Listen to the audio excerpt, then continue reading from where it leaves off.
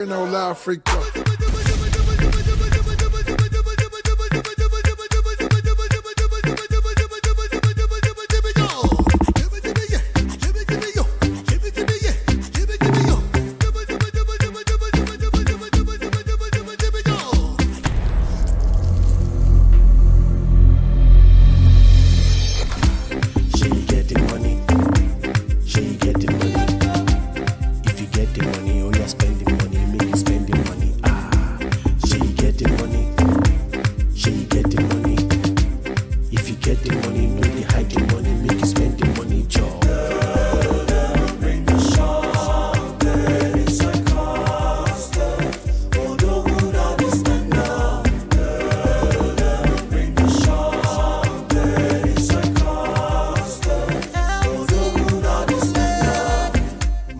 No.1 50 bottles on display, 50 bottles on the way. Spending money like a criminal, balling, them the seminar. Bend it like a Gemini, I'm the criminal.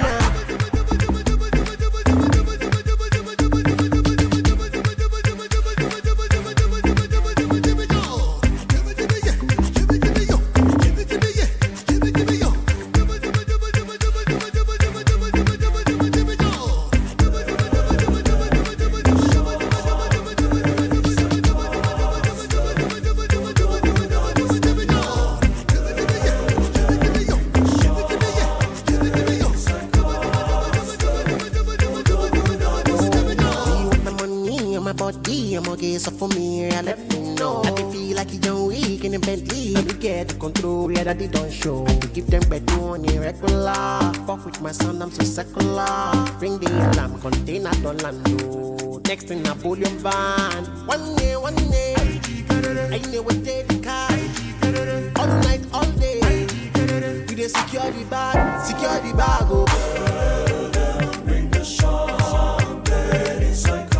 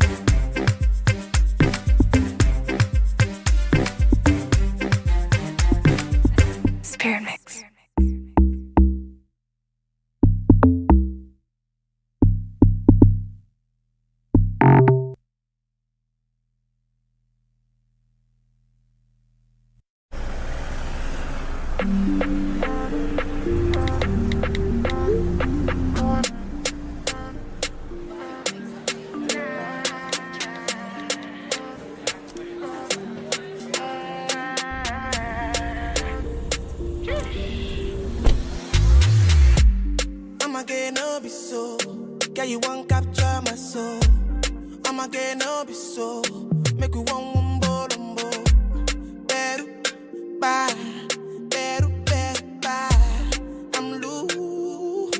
Even Peru done the para. Tonight in Josie, I'm in Josie. Won't call if you want one Josie. I'm not playing with you, I'm not joking. My thought of mom is loaded. Me you can fago, but I'm on molly. I'm on duty, but I'm on low-key. They want do me, they want do me. They want do me, cause they want do me. When you won't want me, I'm in San Francisco, Jammy. When you won't want me, I just flew in from Miami. Peru, para. I'm loose. Even Peru done me para. Pour out the bottle, I wanna level up. When I'm with you, I never get enough. Slow wine, I'm not in a rush.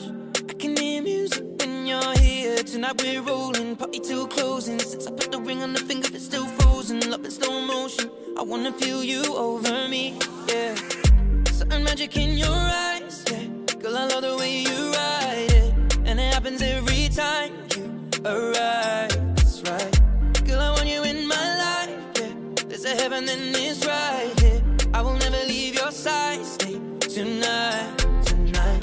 When you won't see me, baby. I'm in West London this evening, giving me the feelings. No, I'm not leaving till I fly LA next weekend. Peru, nah, girl, I'd rather go find somewhere quiet. You glow, and I get lost here in your eyes. I'm again, I'll be so. Girl, you just capture my soul. I'm again, I'll be so. Make me wanna just take you home. Peru, para, Peru, Peru, para. I'm loose, even Peru donde para. Peru, para, Peru, Peru, para. I'm loose, even Peru donde para. Peru, para, Peru, Peru, para. I'm loose, even Peru donde para.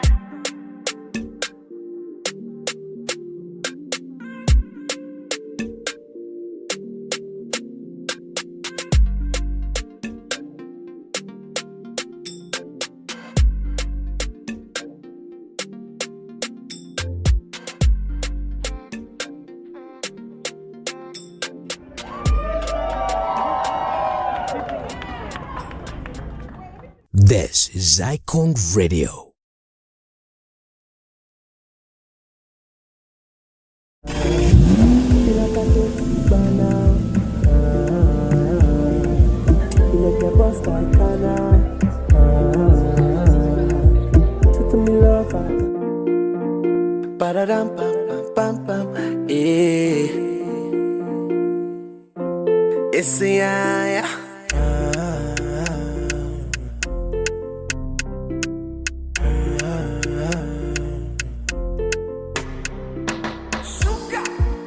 You gonna my one side, you make me give number. Me no feel look and pass. She give me eye contact. Oh baby, Jack, come on. Oh baby, Jack, give me this your love. Me I go show you love, as long as you know with me, Joe. Your body must go kill him, and I know mine to be one of them. Columbia body name, I want to make my mind a rest. You better make a day with you, cause it's solo show than they cost. Baby, turn around, make a come on top. Feel like I take it by now. You like a boss like Kana. Show to me love, Maya. Put all the love for trousers. You make me want to the dance, girl. But Melly and Kulia. Control shift to your pants, girl. Come taking my banana. Yeah, yeah, now this kind thing. Your body they stand it, no, no. Your body they draw like a bono. Your body they hot, your bono. Feel like I take it by now. You like a boss like Kana. Show to me love, Maya. Put all the love for trust. Say you get one kill away, show me love. That time I been they play along. Right now I want day for this love. Oh no, yeah, yeah. I'm on her when she enter, she cause it casala. Miss my flight, I jump in your car. Girl, I want you and I miss your banger. Oh no, yeah, yeah. Girl, you sweet like feel like I take it by now. You like a boss like Kana. Show to me love, Maya. Put all the love for trousers.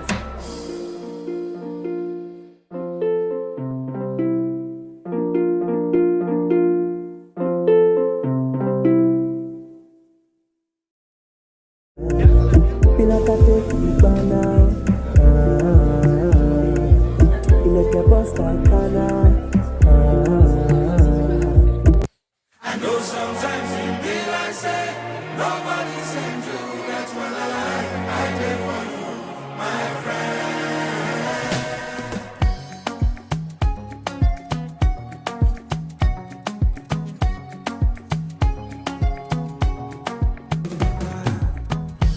I did no vex for me. Say I never call you since, but I hope that you are well. I hope you're my cat. Every day I dey pray for you. Make you a bag of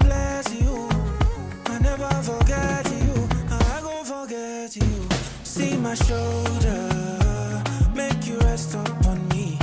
You know I got you. Now me be your friend indeed. The money don't show now. I don't keep some for you. You know go so far. Cause anything I get now for me and you. Yeah. How are you, my friend? How do you do, my friend? I know sometimes it feel like say nobody said you. That's one lie I did for you, my friend. Oremi atata, you always stay in my mind. Padi me gone, gone, gone. I cherish you with my life. Don't worry yourself, oh. Everything go day alright. And if anybody try you, you know it's gonna be on sight. See my shoulder, make you rest upon me. You know I got you. Let me be your friend indeed. I'm on the money don't show now. I don't keep some for you. You know go so far. Cause anything I get now for me and you. Yeah. How are you, my friend? I see you, my brother. How do you do, my friend? I see you, my sister. Oh, sometimes you feel like say nobody sent you. That's one I did for you, my friend. It's been so long. How are you, my friend? How do you do, my friend? I know sometimes it feel like say nobody sent you. That's one I did for you, my friend. I know sometimes it feel like say nobody sent you. That's one I did for you, my friend. I know that I don't call enough, but you're always on my mind. Oh, I did for you, my friend. I know that I don't text enough, but you're always on my mind.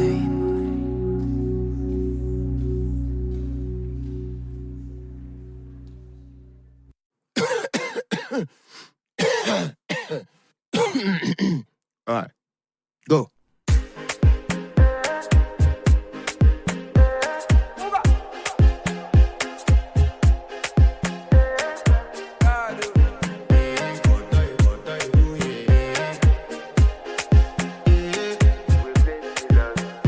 I want to flex my love. I want to impress. And I want to carry my love away to a place she loves. I'm a man. I want to impress. And I want to carry my love away to a place she loves.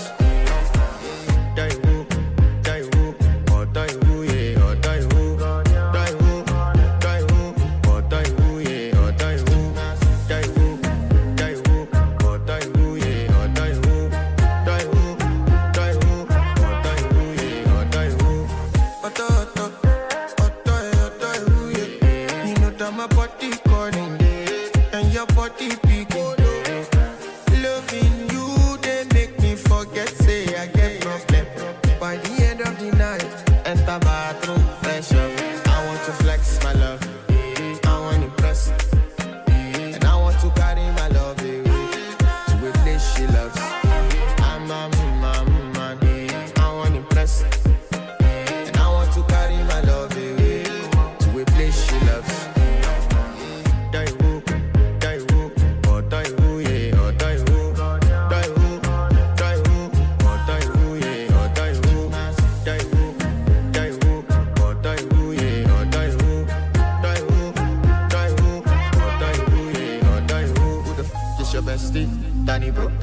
Danny bro, you don't want to find my trouble. Enter bathroom, fresh up. She na me you come to when your heartbreak, pushing she heartbreak. Now me the bite dinner for your mind then. Enter bathroom, fresh up. I want to flex my love, and I want to carry my love away to a place she loves. I'm a man. And I want to carry my love away to a place she loves.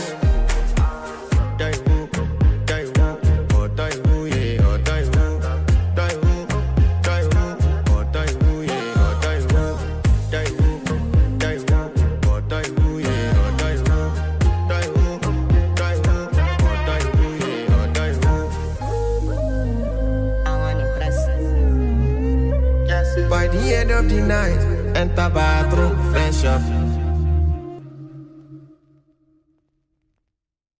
This is Icon Radio.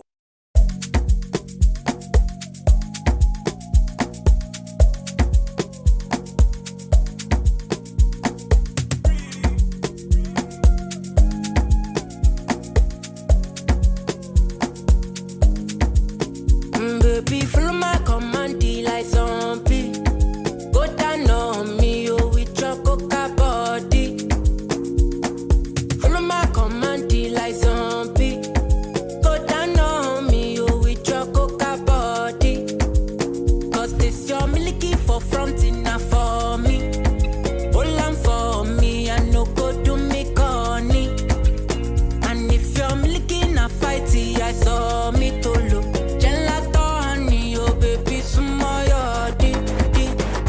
Baby, kona, waka when you enter Malicha. Baby, kona, will you give me sugar, wala.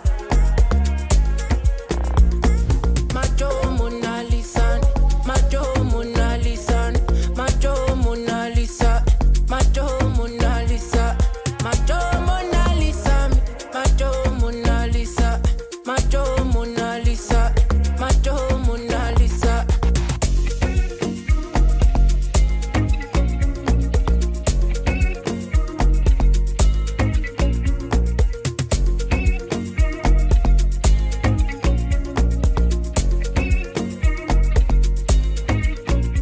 Girl, I'll be foolish if I don't let you indulge me. Your lips like poison. I'll take my chance with you.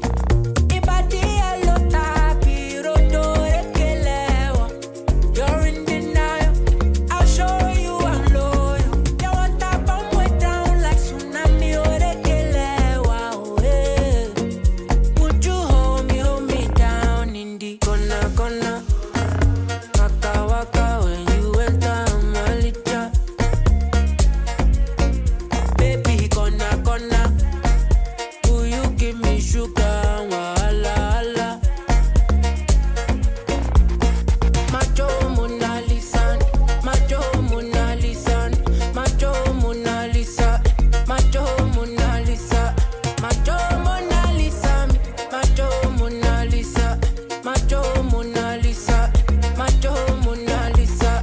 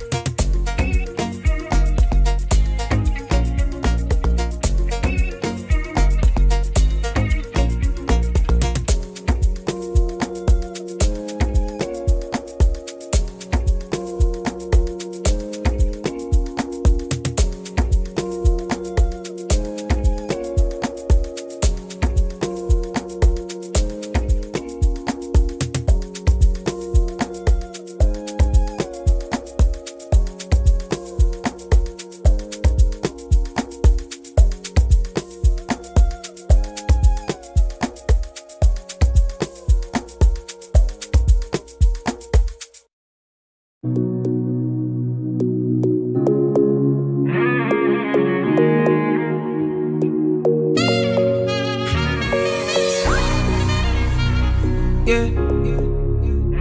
All I get a break at the baby. You, and I. Girl, now you the ginger. If you know how you the cause it drop. Shit, you know go one person. Love the way you the dance, girl. I am we made you. Why you call love fire? Mommy, you be cool. Let's hop in my Maserati. Baby, hop in my Maserati. I said hop in my Maserati. Hop in my Maserati. Girl, I wanna see you go down. Yeah, say me I love the way you bend body. Hop in my Maserati. Baby, hop in my Maserati. And I just wanna see you right. Somebody needs somebody. My body needs your body. I'm gonna check out all of you.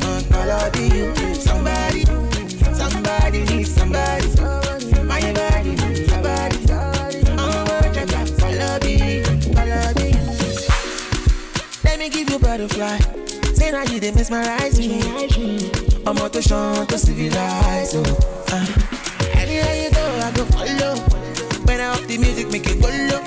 And I go give you steady on the slow. Baby, don't dull, make a ginger. Shawty, I know you like to party. I'm out to jump on me. Show my body, shit. Yeah, baby, come on, God. Innocent, nobody. I'm gonna make you happy.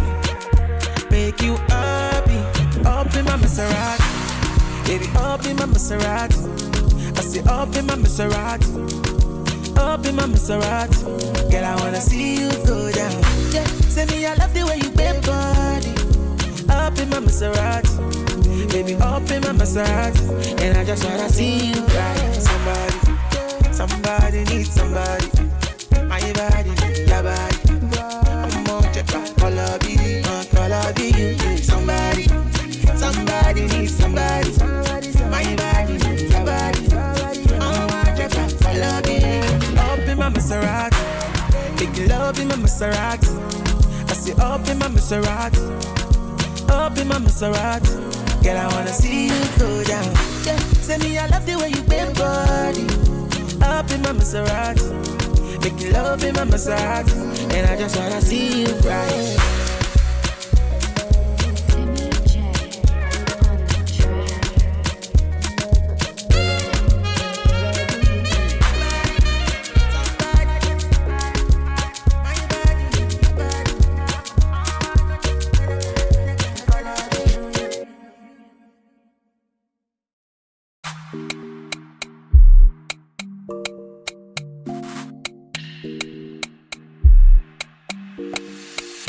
She no like it, got on naughty, but she go chop if you give her cucumber.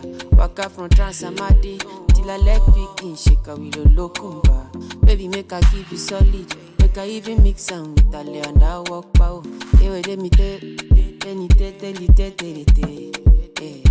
She dey feel and da da da da da da da da da.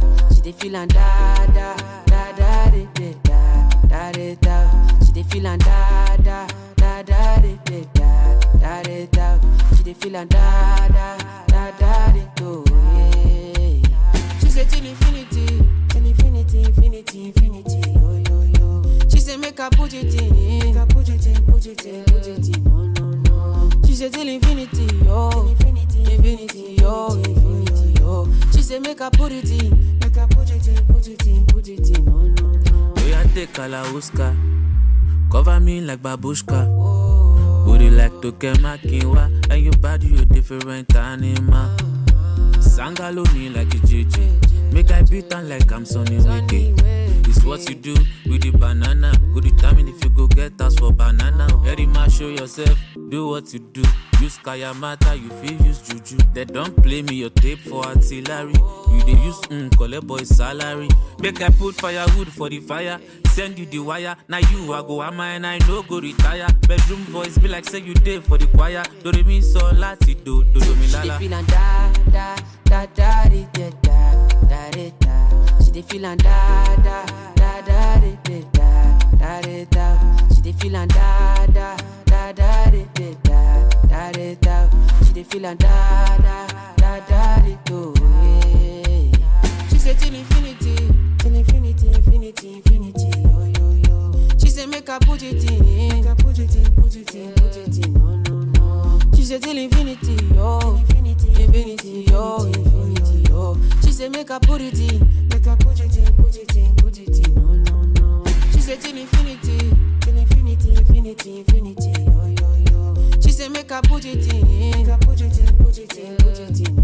No. She say till infinity, yo, infinity, yo. She say make her put it in, put it in. No. Make I put firewood for the fire.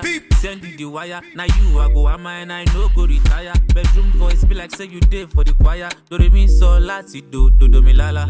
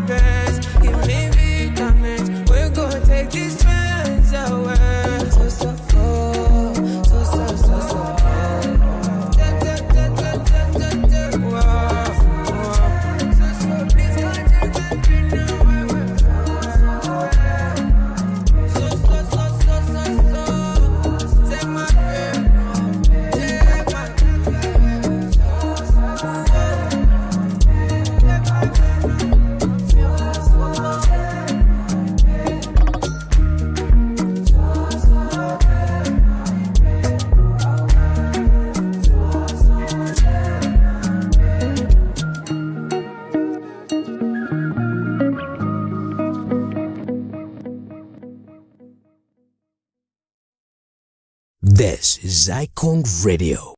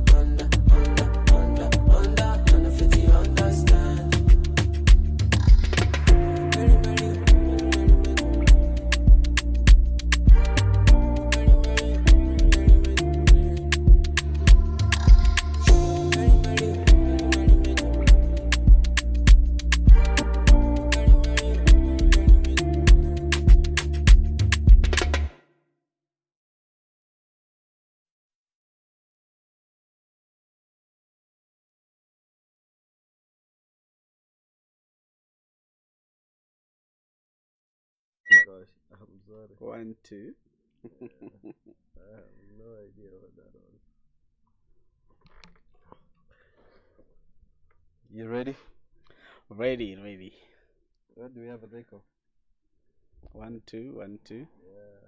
I think 1, 2, 1, 2. I think we're good. Yeah, we are good to go. Right. Sorry. I realized what it was. 1, 2. 1, 2. Yeah, good? Yeah, we are good. Nice. Good morning. Good morning. This is In Case You Missed It with myself, Sammy Jugona. And Good morning. And my ever very able co-host, Sammy Melly. Sammy Melly. Sam. Yes, sir. How you doing? I'm well, Sam. How's it been? Good. Hey. Habari ya Kilifi? Kama ilikuwa Malindi. Kilifi tamu. Si Malindi iko Kilifi. Oh. Kilifi tamu. Wow. Yes. Kilifi was fantastic, very hot. Mnazi. Tamu. Sana. So, let me tell you. By the way, you pass Mombasa as you went to Kilifi or no. somewhere else? Mariakani. Mariakani. Wingi. Tunavuka Mariakani. Alafu unaenda straight to Kilifi. Hiyo ni Kasongo ama ni Uhuru? Uhuru, we. Awe wacha. Ni unye ndio alitoboa. Unye is the one who fixed that one. Okay. But nonetheless, it's a very useful. Wow. It's a very useful road. Nowadays, you don't need to go to Mombasa. To Mombasa. In fact, there's another one. It's called Salagate. You pass through Savo. Much shorter and gets you all the way to to Malindi. That's opening up Kenya. Through Akina Chakama, uko. It's a fantastic. I think the way things are. Iya Mariakani is the Dongo Kundu. Yes, that one. Barabara tamu mazi. Tamu. We went driving. The last time I was in Mombasa was 4 years ago. Oh my goodness. 3. Yeah. Hey, utashtuka sasa ukiingia. Lazima. Umebadilika. Wale wako Mombasa watuambie. Watu wa Mombasa, educate some. Why should they educate me yet they can take me there and give me a lifetime experience? Aya. Kujeni chukueni Sam. Mpeleke Mombasa. Hao wamejaa online wakora wa Kanairo. Yes. Kataeni. So Sam, yes, very interesting week in weeks in politics. Yeah. Kwanza leo tuseme, najua before yesterday's activities it was Matiang's homecoming. Yes. And his announcement into a world welcoming back to politics. Yeah. However, but Matiang'i has never been a politician. Why are you welcoming him into something he has never been inside? Let me tell you, Kisi begs to differ. However, we'll come into this story and we'll discuss it some more. Yes.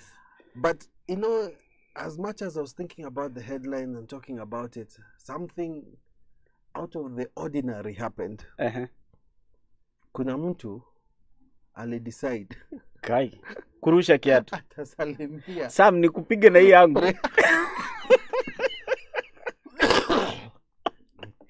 Alisema atauliza na kiatu. Hivyo ndio kiatu. Alisema atauliza na kiatu. And so it came that someone at Ostashu, Farouk must leave it beyond. Funny narratives came out. Oh no, it was warring factions. We'll come to it and we'll discuss it. But yes, just like our brother in America, George Bush, our own president, got a taste of the shoe. And so so we'll come and discuss those in just a little bit. I would like for us to start with the headlines, what the newspapers are saying, what the dailies are mentioning. Yes. And I'd like for us to take a break, a quick, short, intermittent break. Yes. And then we'll come back and we'll discuss everything that's going on in the world of politics, as mentioned by our dailies. Sawa. So see you just now.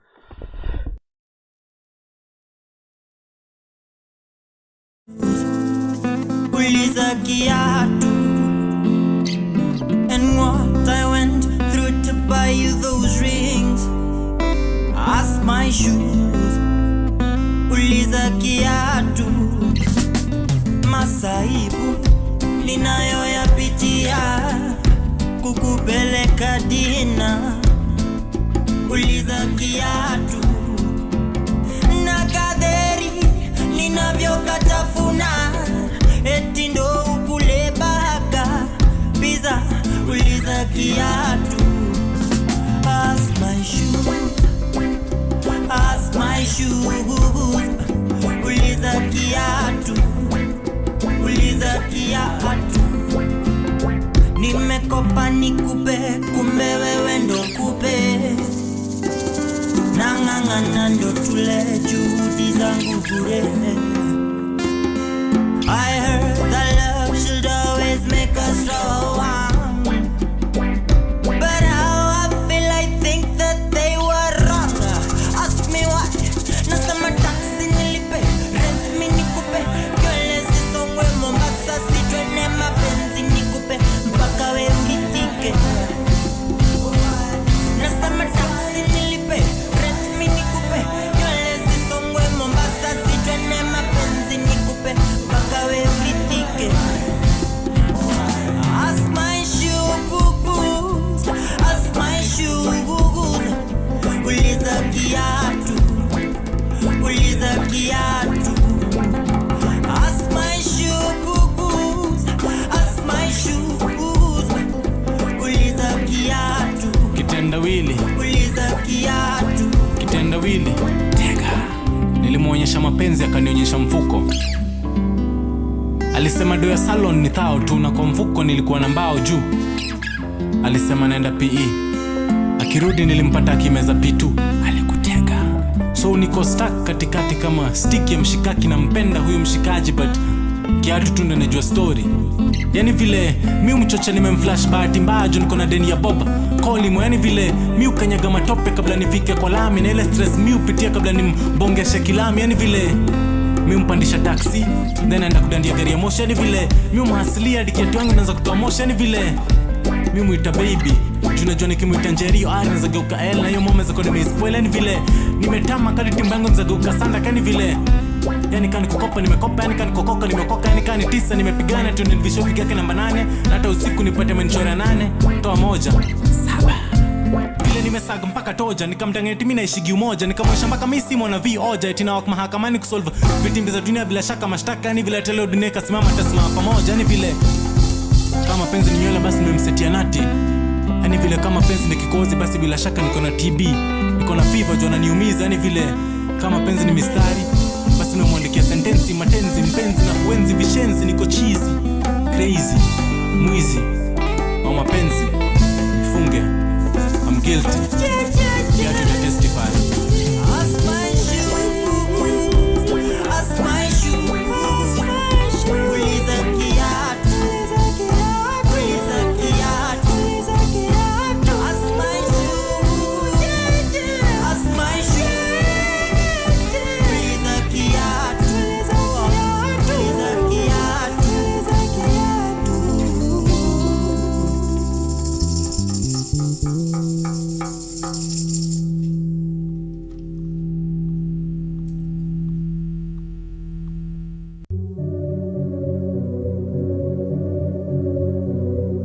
Big shout out to Vince on the beat, by the way.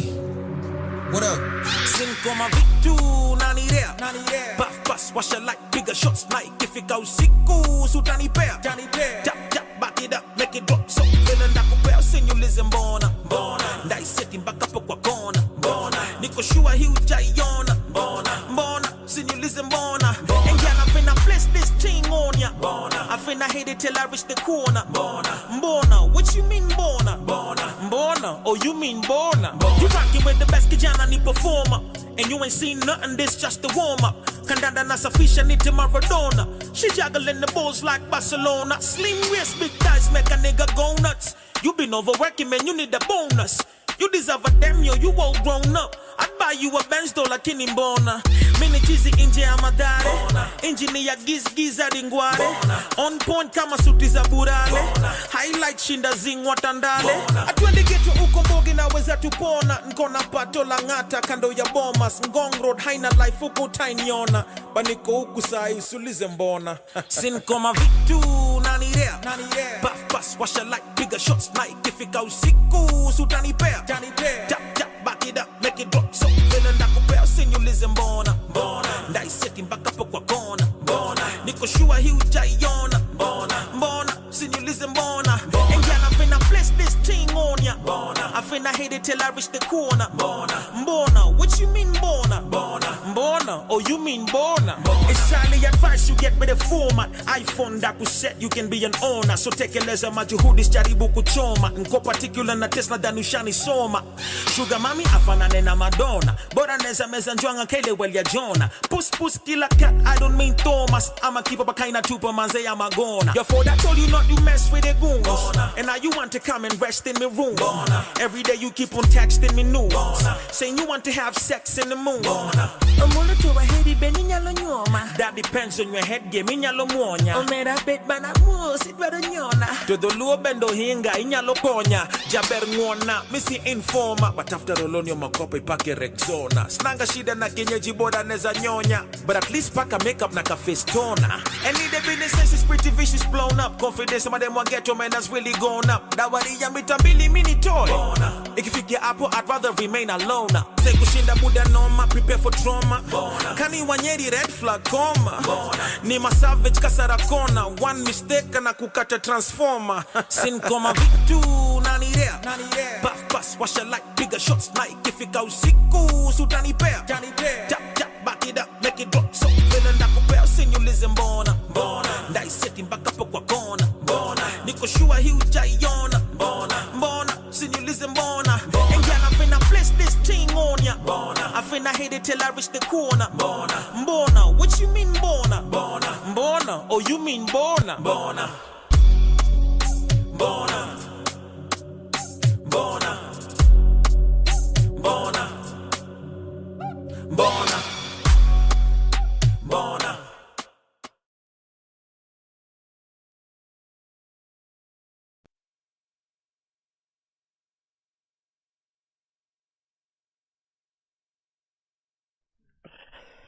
Yes.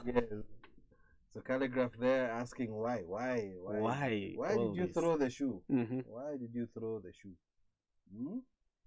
You know that was a security breach. A major security breach. Major. Kuna mtu wako sahi anajibu maswali. Ana prepare report. Na kuna majamaa wameambiwa tengeneza tu report. Mimi nakwambia Faruk amefura. You know, amefura yake yote. You know, we are joking too much. And we are taking jokes into things that shouldn't be joked about. Too far. Actually. Too far. That young man, whoever, or young lady who did that, took it too far. Yes. Na unajua lazima ameshikwa. Na unajua lazima amepatikana. Nasikia kuna watu walichapwa jana. Hiyo place. It wasn't. Ukisikia rais akisema wachana na hao watu. Walivurugwa. Kuna vurugu ushavurugwa. Hey. And remember, they are usually hawk-eyed security even behind the president of the other side. Yes. So kuna mtu tu aliona penye kiatu imetoka na mwenye ameirusha. Yes. Na kuna kuoga na plain clothes pia. Yeah. There were so many, but the president should avoid this story where he goes into the crowd katikati. Anaongea when people are just 1 meter away or 2. He should create a buffer zone of around 15-20 meters huko. He is the one who usually tells the security, wacha watu wakaribia. Even some hang on his hata Magufuli alikuwa anaenda kwa watu lakini no one was hanging on his vehicle. Kulikuwa na perimeter. Yes, there was a serious perimeter. So a president being the symbol of national unity and a factor promoting national unity, that was a breach. And I told you even here before that whenever we have national security threats. Na unajua Al-Shabaab wanatoka huko number 5 huko 20 unaanza na president mwenyewe. Yes. He is a threat to national security if his security is compromised. Because you can imagine how many communities will rise against each other if something bad would have happened to the president. Yes, that's indeed true. And that is the thing that happened to Somalia. They thought they were dealing with Siad Barre. Have they been back to normal? It is now Not almost yet. 40 years. Yes. From 1990. Wakafikiri ni njia rahisi ya kutoa Siad Barre. Yes? Only to find that you are creating warlords. The other day, the Sudan thought it was easier dealing with al-Bashir wakamtoa by force. They even arrested him themselves and handed him over. Yeah. Then what happened? Vita. Saa hii ukitoa William na Dr. William Ruto na useme na who takes over? Who will allow you? Especially using unconstitutional means. Yes. That's actually who very true. tells you have a guarantee of your security as soon as you have removed him by force? Sam, nataka ushikilie hapo. So that we can go and have a look at what's going on in the dailies. I know we're going to talk about the situation that occurred yesterday with the president a little more. We also have a lot more to discuss about Wamunyoro and Matiang's homecoming. Should we call it homecoming? Goja, hold on there. So let's take a look at what's going on with the Daily Nation. The Daily Nation reports scandal of 22 billion youth jobs projects. It says billions have been poured by the government into programs to create jobs for the youth with little to show over over the years. Says damning audits show some money which is part of the runaway public debt choking the nation has been pocketed by ghost beneficiaries as auditors could not track recipients. Hey, unajua hiyo ni ile kazi ya kwa vijana, the Uhuru project where there were some youth paid nini. Kumbuka, not only the funds cannot be traced, but the savings ya wale vijana. You remember NYS wakisema ati they will save for you a certain amount, you earn this daily, but this is what they save for you. That money cannot be traced too. So I think this kazi kwa vijana thing is a money minting program. How would you account for such an amount spent? Ilikuwa ni nani? And you know, Auditor General goes with the documentation. The documentation prepared and presented. And sometimes they go down deep into the nini and they look for the person, for those people, even a few samples of the people who are beneficiaries. And sometimes the Auditor General's report is actually what is happening. Because the Auditor General is not a politician, is not interested in politics. She's Nancy Kadhungu. Ama anaitwa nani? Ni Kadhungu, si ndio? Yes, Kadhungu is the Auditor General. Oh, yes. Nancy, yes. So, money was lost. Money still gets lost. Remember the 6.3 billion that was with the drone on the eve of election without the approval of parliament? Yes. Okay, hiyo nitakuja kuongea wakati tufike tukifika kwa homecoming. Yeah, so it's quite unfortunate that we lose such an amount and then go and borrow almost a similar amount. Because if you look at the loans this administration has taken, mara 50 billion, mara 60 billion, mara 120 billion. You see, small loans which would have taken care of it by preventing the hemorrhage in our resources. And even I was even hearing of a PS who was transferred to another ministry, and he said he can't get into that office. He needs it renovated at 35 million. Seriously. Yeah, but I have my suspect. There is a CS I visited sometimes. He created 4 gates. And each one has an administration police officer manning it. Huyo akikuruhusu upite, huyo anauliza maswali. Unaweza kufika upite watatu wa mwisho wa kurudisha. Na bado hujakutana PA wake na kwa VIP lounge urudishwe. So I think we have just our moral fabric is torn into pieces. We don't even have a fabric called morality in this country. Because if you see the other day, kuna lori lianguka ya avocado for the first time, hawakuchukua kitu ya avocado, hawakuchukua but I saw ya soda walibeba, bales of unga they were carrying. It's like every Kenyan is a looter. It's only the opportunity that we don't have. Yeah. Hey, okay, let's come back to that. Let's move on to the standard. Si tunajua wenzetu wa standard. The haters. Or a jinxed lover. Let me tell you, even if you look at the headline, in fact there are two. Yeah. Ya kwanza ni Ruto showdown. Ruto showdown. Ruto showdown. Says a message of simmering anger was relayed to President Ruto through a flying shoe that hit him as he addressed a crowd at his last stop on his first visit to Migori County. The incident surprised his allies who had mobilized intensely ahead of the visit. Tumerudi kwa kiatu. You know, even you, Sam, there are people who don't like you and there are people who love you. But the political tolerance in this country has gone on its low.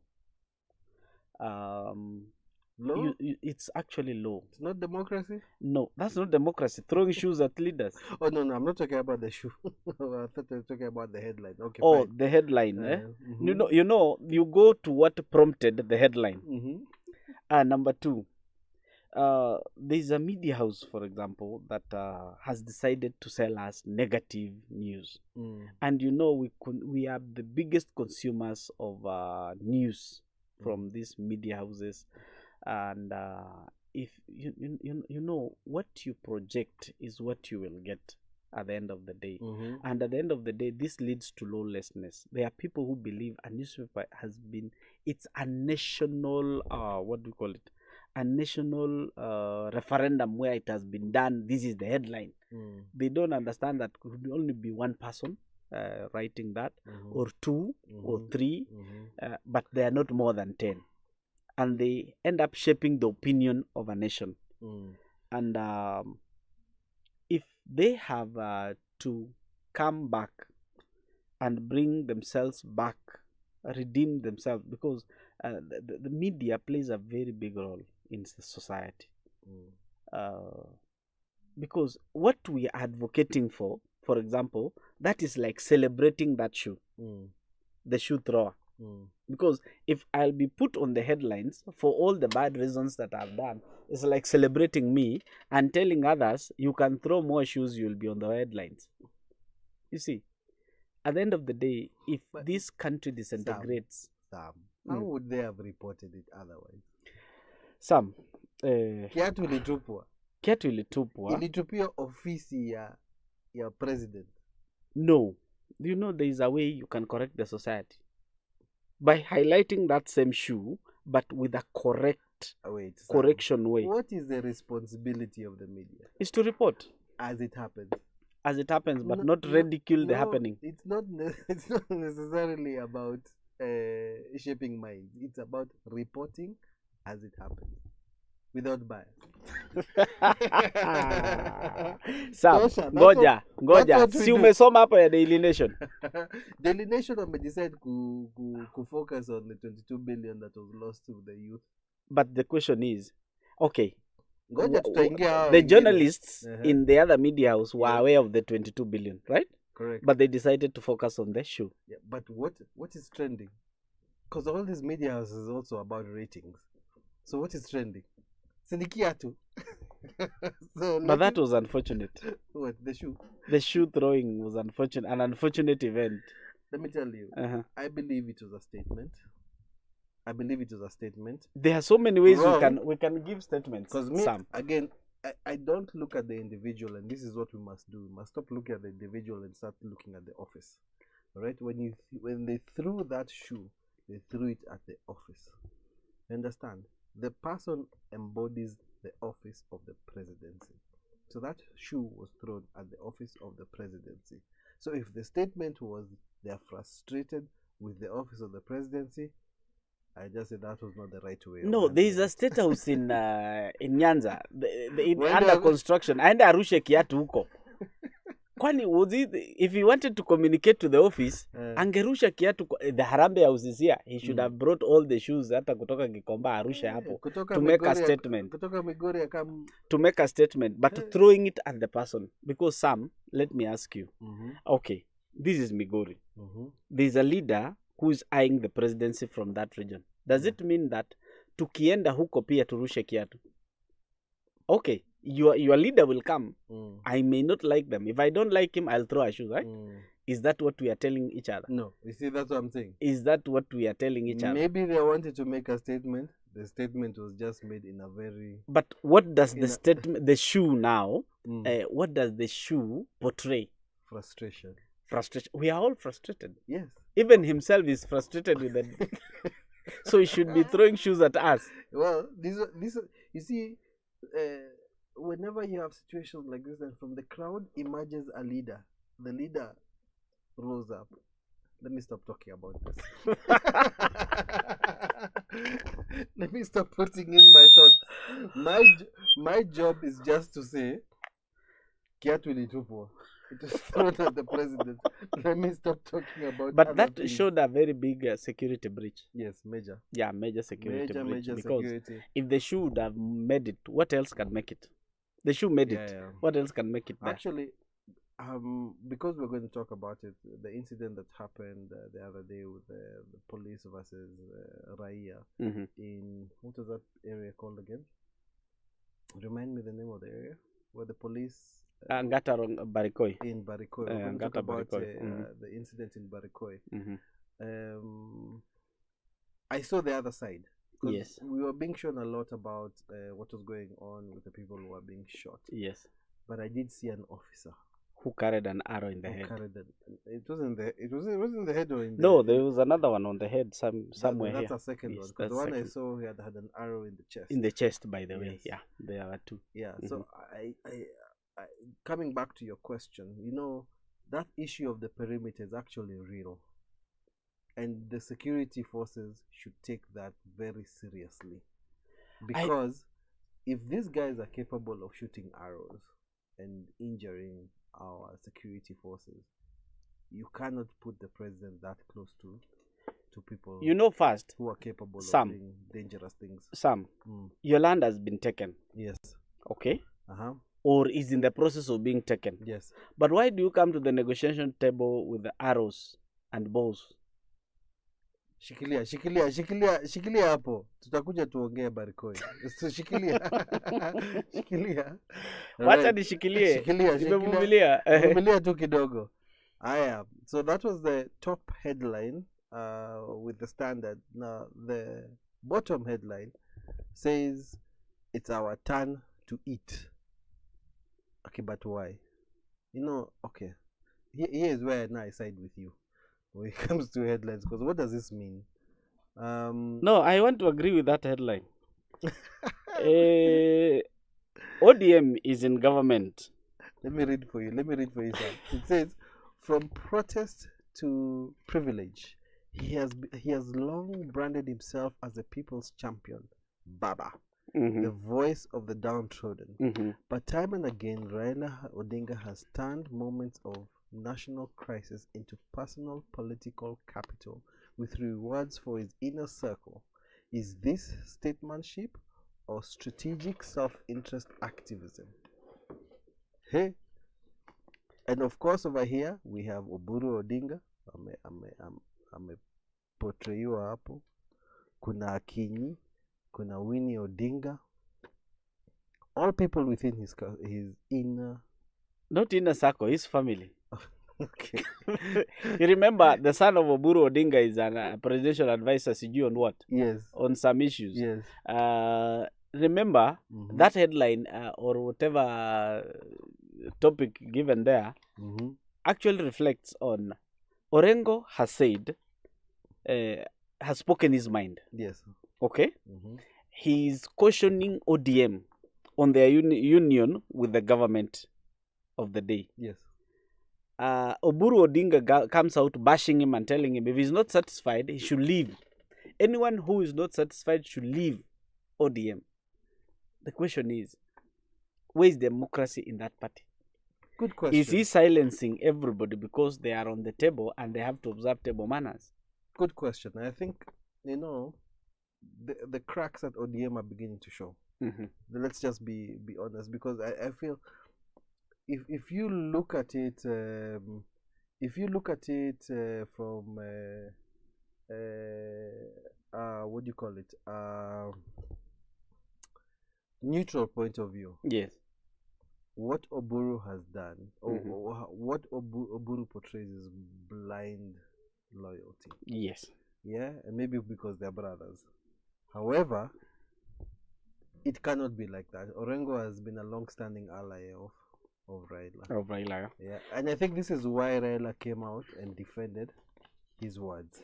Jimmy Orengo was actually a presidential candidate in 1997 election, and in I think 1992 he was also on the ballot. Yes. He had a party called SDP. I remember 97. I don't remember. He had a party called SDP that he folded and joined Baba. He has supported Baba through the court cases, through elections, through everything. I'm told even paying the lawyers who defended him in 2013 general election, 2017 general election, and even the other one. Orengo has footed the bill. Yes. Has been footing the bills, has been taking care of all the appeals that he does. He has been the lead lawyer, especially when it comes to presidential election petition. Yeah. And it's high time they appreciated Orengo's sentiment. Yes. And again, they are age mates with Baba. So he's a fellow elder and he's warning them about the front there, because you see, there are people, new greenhorns coming and sweeping the ground. Yeah. I don't know whether there will be time for ODM to redeem itself if it continues sleeping in the same bed with the government of the day. And you see, we have very little time ahead, even though they say in politics a day a day is a lot. Is a lot. A lot can happen. Can happen. So what of the 2.5 years remaining? Yeah. But they should appreciate James Orengo's sentiments and also agree that there is democracy, the freedom of speech, which Baba himself said Sifuna was right in whatever he was talking about. He even acknowledged Sifuna's sentiments the other day when they were in a burial somewhere. Is it Western or Nyanza? And of George, the bodyguard. Right. Yes. And Baba said that's democracy. Let him speak his mind. He even defended Orengo at that point. But it seems that it is there are people who are already eating. There's food on the table, and somebody's coming up with stories. They don't want to laugh while on the table. They can easily choke. So we have to understand that as a country, we have come from far. ODM is a big party. Yes. And it should not allow pettiness. Yeah. You see, petty issues can easily destroy a party. Correct. Yeah. If they are eating, they should observe the table manners. If there are divergent views from the members, they should accommodate them and deal with it in-house. Yes. They don't need public barrassers to address one person. That is true. Yeah. They don't need. And again, Orengo is busy, by the way. Jimmy Orengo is a governor. He has an office to run. He has an agenda for Siaya people. Yeah. And if he wants to deal with national politics, he should leave Siaya, give it to somebody else, and come to the national platform. Yeah. Because the senator was right, because he's speaking from a national platform. Both Sifuna and Oburu Odinga, they are representative at the national level. Yeah. So has Orengo fulfilled all his pledges to the people of Siaya? Because just like my friend George Natembea in Trans Nzoia, they are doing towers and needing, but the question is, we have time before elections. We have 6 months of doing serious campaigns. Yes. Why engage the country in an election mode at this time? why bring a lot of things that at the end of the day it will take us nowhere? Remember the 2005 referendum culminated into the 2007 chaos we saw. So they should allow the country first work for the people, address the issues. If the money is not coming to the counties, tell the presidency and the leadership at the national level, we need money. We need this to be done. The way they were saying the affordable housing should be decentralized, devolved to the county level, so that the roads should be devolved. Those are the things, not discussing politics, petty politics, that there is time that is coming for all those petty politics. We will give them our ears for 6 months at the nomination and then at the election period. They have all that time. Right now, they are just giving us a lot of sentiments. At the end of the day, you'll find these are the same people in government. The same, I was telling somebody, look at our friend Wamunyoro. Can I take you to Wamunyoro briefly? Wait fast. I have a beef with Wamunyoro. I don't know why. It sounds like it. And last time we missed this conversation, so we're coming back to it. Okay. So the People Daily are reporting that forces unite to kick Ruto out of power as Raila allies decamp to Matiang'i. Wasikia maneno? It depends. For how long? I can even specifically... For how long? Remember, politics survives on cash, on funds. Men, will you feed them until 2027? Sam, unaona kama wanado? Wanajua Matiang'i yako na pesa, amekuja na pesa. Amekuja na pesa na watamaliza kabla ya 2027. Hawezi maliza. Hiyo haiwezi kuisha. Ukiangalia vizuri, uchunguze poa, utaona kwenye hii pesa inatoka na ujue hiyo pesa haiwezi kuisha. Hiyo ni pesa mingi sana. You know, the probability of them finishing Matiang'is. You see, Matiang'is, not the proxies. You see, those other proxies can decide to give you money or not. I doubt Matiang'i will be using his own money. And if he will not be using his money, as soon as we receive him this week, this month, by the time we get to the end of the year, it will go to decrescendo. Crescendo ni increasing. Tuko sahi kwa crescendo. Unasema reverse crescendo. Yes, reverse of crescendo. Taifa Leo anasema hatutengani ngo. This is also in reference to the new, shall I say the new? They the new alliance. They say the new alliance. This How do they align? We're talking about the new alliance. Which alliance when Wamunyoro is preparing to launch a party? But let me tell you. Aren't these parties enough? No, the Mulima doesn't have a party. We have DP. No. We have DP. We have Farmers Party. We have Murema doesn't have a unifying party. No, Wamunyoro doesn't have a party. Don't tell us it's Murema. Wamunyoro doesn't have a party. Okay, fine. Let's go down to the basics. Wamunyoro doesn't have a party. Yes. Me, I say Murema doesn't have a unifying party. And they have Jubilee. Jubilee is still a Mulima party. Jubilee ikona Sema Mulima doesn't have a new party. You see, this is the story kama vale watoto Christmas anakuambia daddy sina nguo. You see what your story? Daddy sina nguo. Then you wonder if this child has been walking naked. Let me tell you. Mulima even have UDA. Kwani UDA ni ya wapi? UDA iko na mwenyewe. Who is the vice chair? No, chair wa UDA ni wa wapi? Na nimesema na sijakosea, iko na mwenyewe. No, chair wa UDA ni nani? Ni Hassan Omar. Huyo ni Secretary General. The senator, nominated senator. Who? Nani, anaitwa nani? Veronica Maina, is it? Ule wa nini? No, huo ni Betty Maina. Okay, I'm not aware. Jubilee ni party leader nani? Sabina Chege. Sabina Chege ni wa wapi? Ni wa Kitale. Ama ni wa Kwale? Ni Sabina. Siliruliwa. It is alleged. No, the court ruled last week. That's why I want to update you. Welcome back to Nairobi. Things have changed. How did I miss that? Guy, it was ruled. It's now Sabina Chege. It's no longer Uhuru Kenyatta. A ruling came out. Yeah.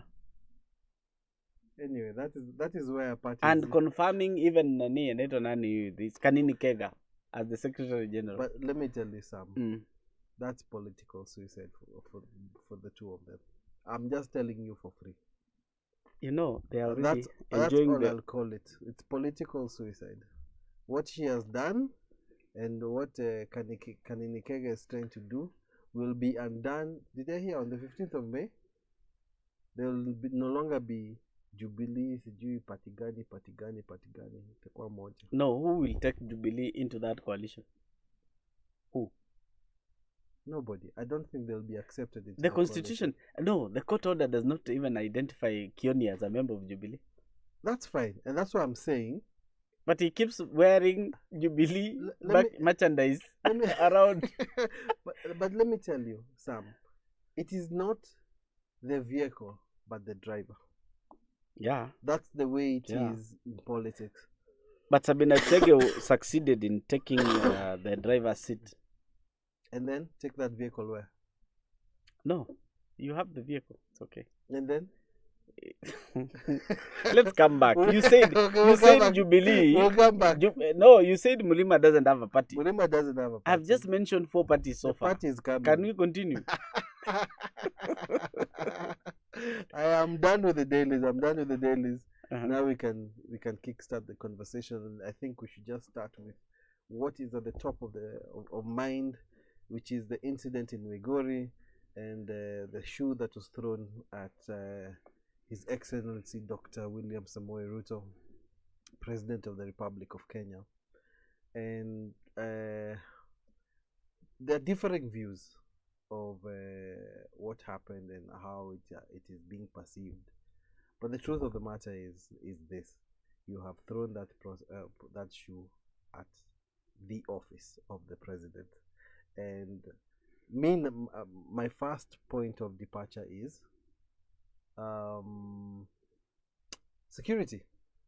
You know, if you want to get an eye of your father, it doesn't matter whether it's your father, your foster father, the father figure in your home. You don't shout at him. Absolutely not. You don't throw a shoe at him so that you communicate. This gentleman, if he had frustrations, he had the opportunity of lifting a placard like this, and in a flash of the president has read everything. Right? Yes. But he chose the wrong method of presenting his views. So the president, okay, it hit the president. Yes. And that was unfortunate. Number 2, that was so intolerant of that person. It has told us that, for example, whoever comes from Migori and goes to the national stage, akuja aombe kura or come to address us, we will throw shoes. If you're not careful. If you're not careful, because yes, language. If I am offended with you, I'll throw a shoe, isn't it? Isn't that what that person he passed his message but the wrong way? He could have done even we have said even a t-shirt where avue asonga hapo mbele na avue na aonyeshe rais atasoma, of course, what his problems are. But doing that, he landed himself in trouble in the first place because he's a wanted man. Number 2, he'll get a jail term if it's proven that he was the one that threw that. Number 3, he has put even other people who are around him in trouble, because you can easily be named as an accomplice. You will find if they catch somebody, there will be around 10 arraigned in court. Obstruction. There are other innocent people, not obstruction. Other innocent people who are suspected to be around him. Unajua, Sam, if I have committed a crime and they come here for me, they'll take you. They'll come for everybody. They'll come for everybody. They have even brought unasema kwa Kiswahili, mvuna janga hula na wakwao. He has put, if it's a man or a young man, he has put his mother in trouble. The entire community. The entire clan actually are now camping at the police station, perhaps, or in a mong somewhere. Because that was an atrocity. And number 2, how sure are you that when you are throwing the shoe, we are in agreement? even me hapa kando yangu, if I end up fighting you or even hitting you even harder, you see, you have put yourself also in a situation whereby you can't be helped. Kwa sababu, no, the president has come there. We have other ways. We have this social media. Si angemuita venye anataka ama waimbe venye huwa wanaimba huko nyuma. Yes, uongo hiyo ndio. Yes. That's a civil way of learning your frustrations. That's a civil way. But if you go that way, you may not have communicated the right thing. Already you're telling people from Migori kwa bado. Si uko ndio kwa bado. Yes, are intolerant people. Because you can pass a message and then affect the rest of the community. Number 2, baada ya kufanya hivyo, you know the president has his people also. In as much as you might think, he has also his people. Na watu wake sasa wange retaliate. What would you see before you do anything? Just think of the pros and the cons of your action. If you will succeed in doing what you are doing, what will be? Alafu utajitoa aje kwa hiyo situation? Now you have hit the president, they have seen you, you have been arrested. What is your game plan? What is your next move? Yes, next move. Yes. Well, Sam, in as much as for sure this gentleman may have not thought it through, and these are the moments we call moments of temporary insanity, I believe there's a statement here that there's an incredible amount of people who are thoroughly frustrated with this current regime. Sam, don't put people. How many shoes were thrown? Okay, was that the representative of the rest? Because we don't know. Is that the leader of the shoe throwers association? I would say that was an isolated. It could be an isolated case. Really, Sam. And you know, in every market, you see, if you come to a market and you find a madman, please don't say we are all mad.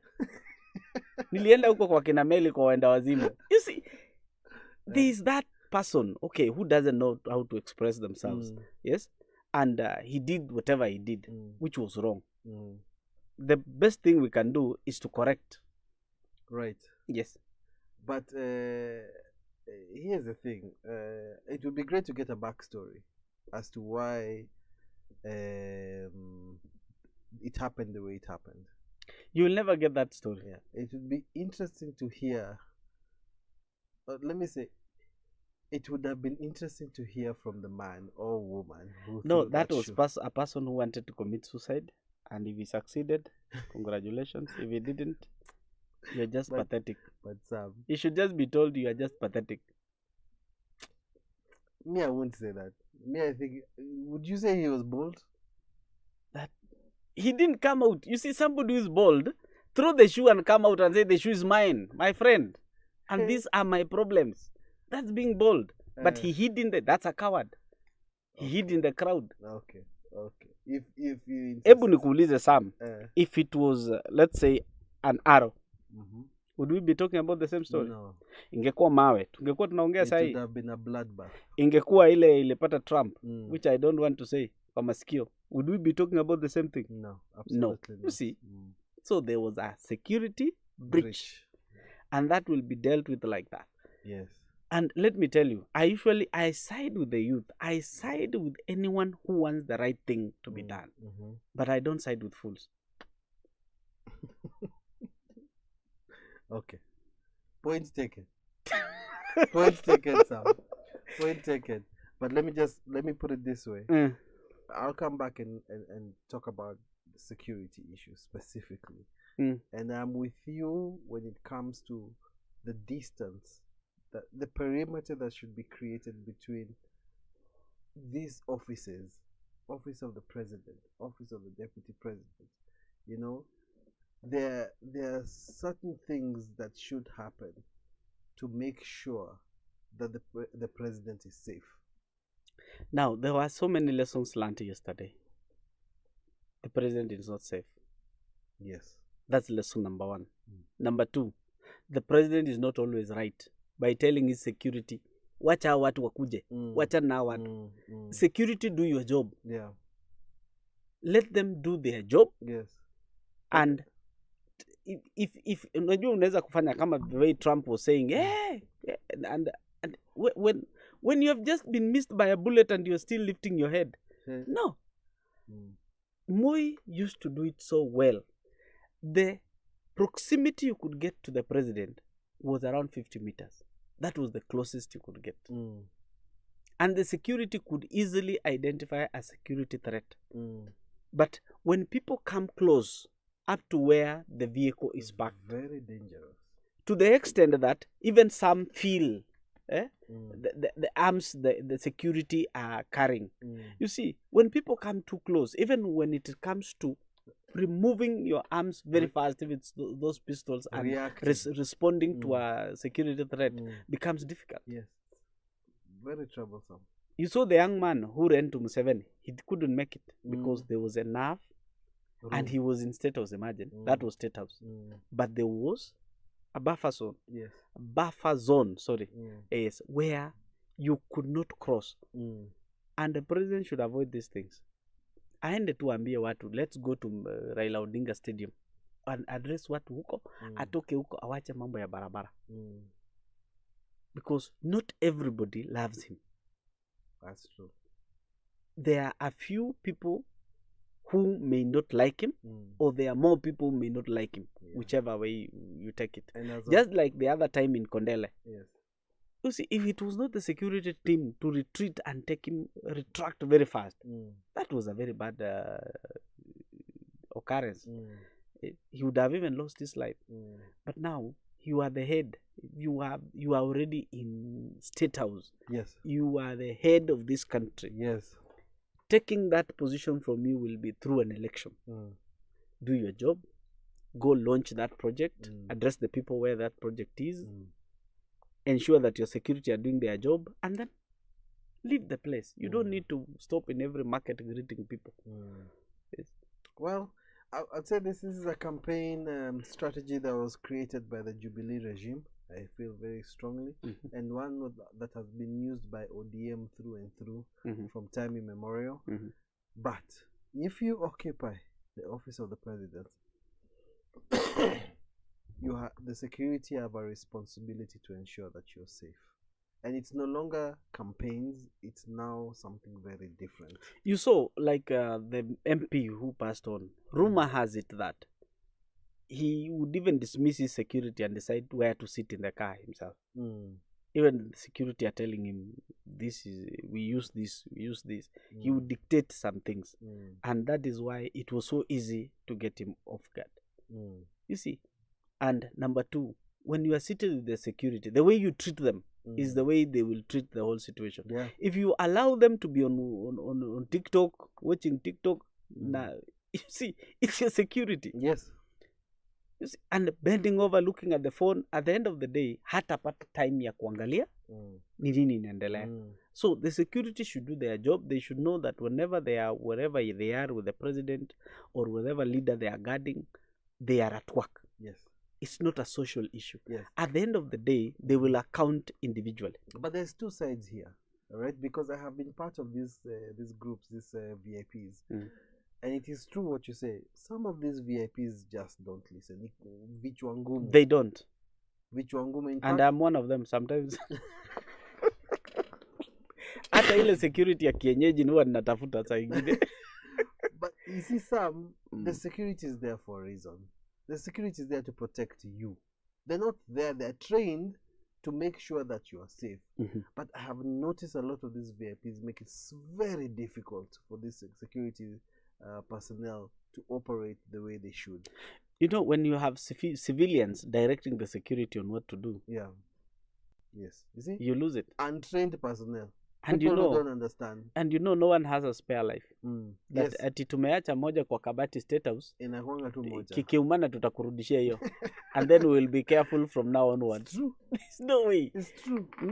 It is very true. So let me put it this way: to these VIPs who have security, allow your security personnel to do their job. Yes, because they are trained. Yes. You are not trained to deal with them. They Correct. are trained to deal with the situation in you. Yes. Yep. And I think you know, up to this incident, people had been very relaxed. The security had been very relaxed in terms of securing their VIPs, securing the presidency, because you know there had never been another incident, you know, major incident, where the president was in trouble. I hope this has awakened them. I'm sure you saw the next stop where he went. I didn't. You addressed the people from the other side of the fence. I was distracted by the shoe. No, he went now and addressed people from the other side of the fence. The whole crowd is on this side. He's standing alone somewhere there in the field, like addressing a school parade. You see, even the head teachers are in school. They don't address the students when they are in the middle of the student. Yeah. They address from the front. Right, kidogo. Yes. You don't know what this young man could be planning. Yes. You never And know. you, in security, they say trust no one, including your fellow security Yes. officer. Because remember, all of you are armed. And you don't know who can go berserk. You should even be able to arrest at any point. Arrest even your own colleague if they go berserk. That's true. Yeah. Because with these frustrations that are going on in the country at the moment, Yes. anyone can go mad anytime. Yeah. Let me tell you. And speaking of, there have been a lot of security incidences.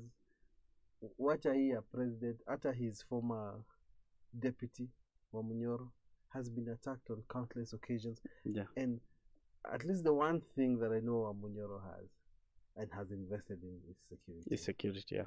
He knows the importance of. He took the retired guys and those who left the forces. Yes. And now they are guarding. Correct. Yeah. And they have saved his life on a number of occasions. You know, even if you contract these private security firms, they have serious guys who have gone through serious training, like the one of Joey. Yes. They are there. Yes. You had Joey and you. You said his name, and then there was a Karuma last week. That's what hit me. While I was away, there was a Karuma that popped up on my phone that said, "Hey, there are some people who have been pardoned. We're yet to find out whether it's true or not true." But because of his status, because he's a what do you call it? He's one of those people you don't talk about. You understand what I mean? Because of the nature of the work he does. You would not know whether it's true or not true. How many of you know whether you're Ndani or not Ndani? You know, in this country, and if you want to stay safe, yes, once you are released, go quiet. Underground. Change even your ways. Toka nje ya inchi. Go do what you used to do best. Yes. Because that's practical where it is. Yeah. Because in some countries, offering private security, carrying guns is stylish, especially in Arabic countries. Yeah, I went to one. On this side, they sell guns. On the opposite side, pure gold jewelry. You mentioned, yes. And I was imagining if you were to run with unaambiwa tu shoot for me that one. Yeah. So that's what happened when you mentioned the name. But carry on. Let's go back. Yes. So we have Kenyans who are highly trained. They offer even private security. Yes. Both armed and unarmed. Some have done serious taekwondo and judo and the others.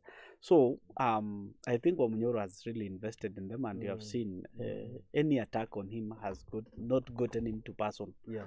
And you know, he has equal number of enemies as his former partner in Kenya Kwanza. So, and you see, as a leader, you always breed enemies. Some you make them, and some just hate you for being you. You know, there are people who hate you, some for just being you. Yes. That's true. For example, people who hate Matiang'i, there are some people who hate Matiang'i and they don't know why they hate him. There are some people who hate President William Ruto and they don't know why they hate him. Yes? There's somebody nilikuwa nasikia kitu ananiambia, shut that phone. What are you listening to? I told him it's my phone. Yes, and I'm listening to whoever I want to listen to. Do you know the reason why humans are just dynamic? You love to hate. For example, who would know that the people of Murima would have loved William after 2017, not after 2007 occurrences? Who knew it? Who knew Uhuru would have been loved in Rift Valley the way he was loved? And even he got a 10-year term. Sam, I was not even in the country during that period. I was studying outside, studying and working outside. I was watching everything from Mtandao. Social media was educating me about everything that was happening. I read about, I was around in 2007 when post-election violence happened. And of course, the warring factions were identified. I could not believe it, that in 2013, these two same warring individuals were together. I came back, I asked my people, I was told, shut up. I could not believe it. I'm part of that group that was like, Allah. Politics is all about interest. It is. You scratch my back, I scratch your back. I agree. Would you believe Baba would work with Uhuru? Would you believe that Baba would work with Daktari? Yes. Yes. It's all about interest. Yes. And it's not a wonder to find Matiang'i being Ruto's running mate. You see, the way you see, though we suspend here Matiang'i, it's hot bana. It's still just coming. It's all about interest. But I want to add one more. I never thought I would see Martha Karua sharing a table with Wamunyoro. Never. The people never imagined. Was it Kwea or was it this other school? Where the debate happened. It was Kwea. It was Kwea. The things they said about each other, they undressed each other. Yes. Let me tell you. The names they called one another. I never thought there would be a day. There would come a day. No. That they would share the same. Would you believe Wamunyoro could now protect Uhuru Kenyatta? Oh, absolutely. And the things he said about him. Yes. Would you believe that now it is Uhuru who's sending a delegation to Wamunyoro on how they can form a coalition? Because we really want to talk about it, please, let's take a break. Let's take a break, a short breather. All right, then we'll come back and discuss Wamunyoro, Matiang'i, and the new formations that are coming in. Okay. All right, this is iconradioke. Just a little bit.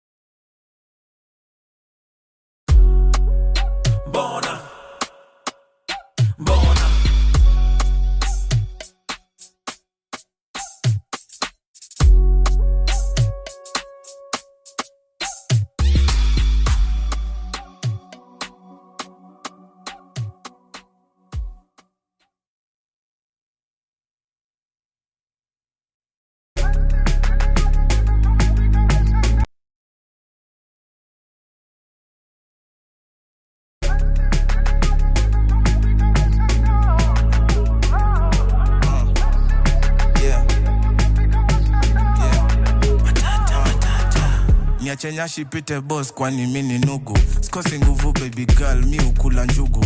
Bad to the bone lazima nikunywe supu. Shake that thing hadi upigwe marufuku. Kaende kifo cha mende. Unaninyonya kama maembe na tembe. Game bubu vitu zetu usiseme. Wacha wabaki wakidhani kuna venye. Peleka juu, peleka chini. Usiogope kuu, rarua mini. Ikishika sana, toa ulimi. Zako zikipanda, cheza na nani tuko area. Chiki vile dobe metubeba. Tingisha kichwa toa ngeba. Ule dema kohanda samebeba. Sitoke mkono na mabega. Tetemeka kauna malea.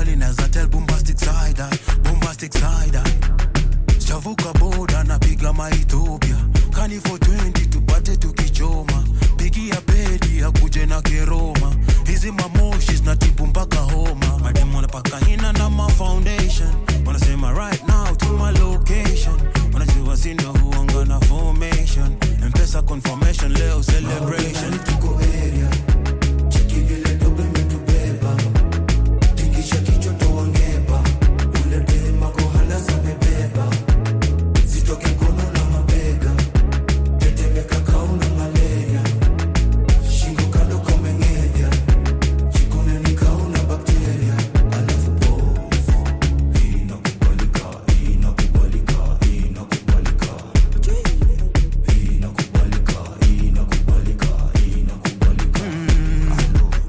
uko divine baby sambono kwenye chrome kona body fine na salamu alaikum salam kasi ya brown kwangu kitu haram meuka ghost nikishato magezo salamu niko na time endo za kuwest koma honi kisha get bored your bum bum it's like a ticking board when you deep in toes yeah I want some more your bum bum like big the proper toka morning paka jion from the window to the wall bedroom paka jikon plana kuka kukuta tani ya chameleon kisi maisha kukadria paka la cheki vile dobe metubeba tingisha kichwa toangeba ule dema kohala samebeba zitoke mkono na mabega tetemeka kauna malaria shingo kando komengenya chikone ni kauna bakteria alafu pofu inakubalika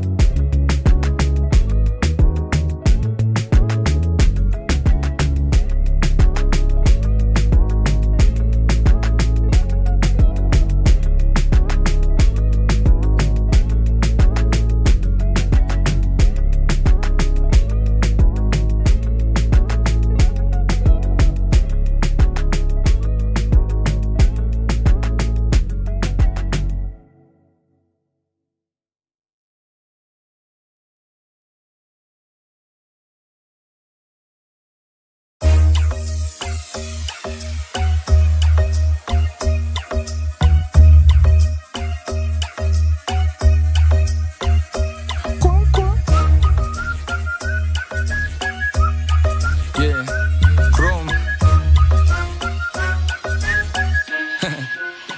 Yo, squeezy binadamu na wagwaya awawili walikuwa wanapendana kushikana wakichinjiana nimona kwa news walichinjana manze dunia inaenda wapi mandugu wanaoana juu ya mali squeezy pesa thicker than blood beef ndani ya family ni bombo clutch story ya mabeste weka kando kwanza mabeste A1 karido mabeste yondo kikulacho takuta beste yako ndiye alikula bibi yako ndio maana miuka peke yangu tu kwa kona na pombe yangu tu story ya mbogi dunia bala squeezy ni kubad bad bad bad bad bad bad manze so sad watu wengine ni mambwakni squeezy ni kubad bad bad bad bad bad bad manze so sad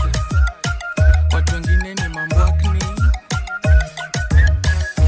Bishop anaishi Karen wafuasi wake Kayole anataka sadaka mchange wafuasi wake juu ya mawe squeezy sielewi hosi mbono lipe parking hosi manze awajali juu ya wagonjwa hosi zingine zimeoza juzi manzi yangu aliniambia babe nenda trip na Ivasha akapiga picha na Subaru hapo nikajua nimerushwa manzi yangu ndio maana miuka peke yangu tu kwa kona na pombe yangu tu story ya mbogi dunia bala squeezy ni kubad bad bad bad bad bad bad manze so sad watu wengine ni mambwakni squeezy ni kubad bad bad bad bad bad bad manze so sad. Watu wengine ni mambwakni.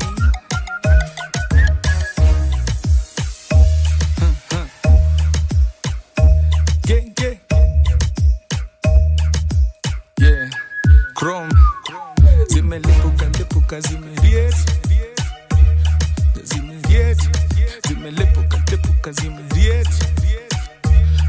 Zimeriet. Shika mtu nakwambia zimeriet. Zimeriet.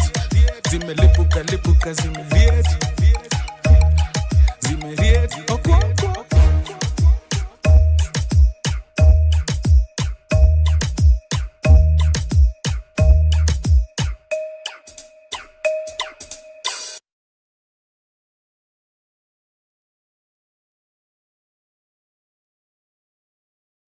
This is Icon Radio.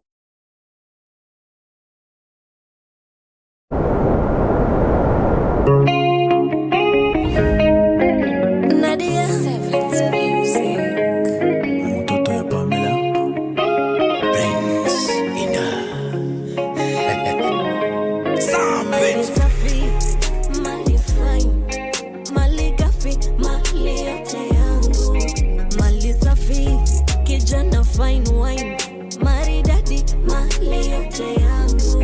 Abebo yawa, iber sana yawa, abebo yawa, inkanye yawa. Mapenzi mekita ni moto, mapenzi oh mapenzi, ni kama sijawahi pendwa hivi before. Mpenzi oh mpenzi, chakibula kanyoro ni mora, bimeda kendo herani oroma, woi silwal kakihera ilomba, makuma ya nyasa chana waroga. Mali safi, mali fine, mali gafi, mali yote yangu. Mali safi, kijana fine wine, maridadi, mali yote yangu. Abebo yawa, iber sana yawa, abebo yawa, inkanye yawa. Kila yukachiena atingo pada tutodongi perna ikao nambaya ye sulwerina sami moko misuma kosotiko mindale nungono ematera peru maduoka pari karilo sosukari. My love manya chane noka no vela adunyo miela chaloriwa ko mala safi mali fine mali gafi mali yote yangu. Mali safi katoto fine wine maridadi mali yote yangu. Abebo yawa iber sana yawa abebo yawa inkanye yawa mama na Era ni kende malonga. Inimi kaongi mana inatina. Yue kakalwinyo bemora. Initi mona ichunya emomora. Widi donge uki chunya. Ana hediera mama miri na chunya. Widi donge uki chunya. Ana hediera mama miri na chunya. What can I do for you, girl, to be worthy your love? 'Cause you're so special to me. Without you, girl, I can't breathe. Chabini surubuta mama, mama kama oni kwa kama oni nyoda Safi, mali fine, mali gafi, mali yote yangu. Mali safi, kijana fine wine, maridadi, mali yote yangu. Abebo yawa, iber sana yawa, abebo yawa, inkanye yawa.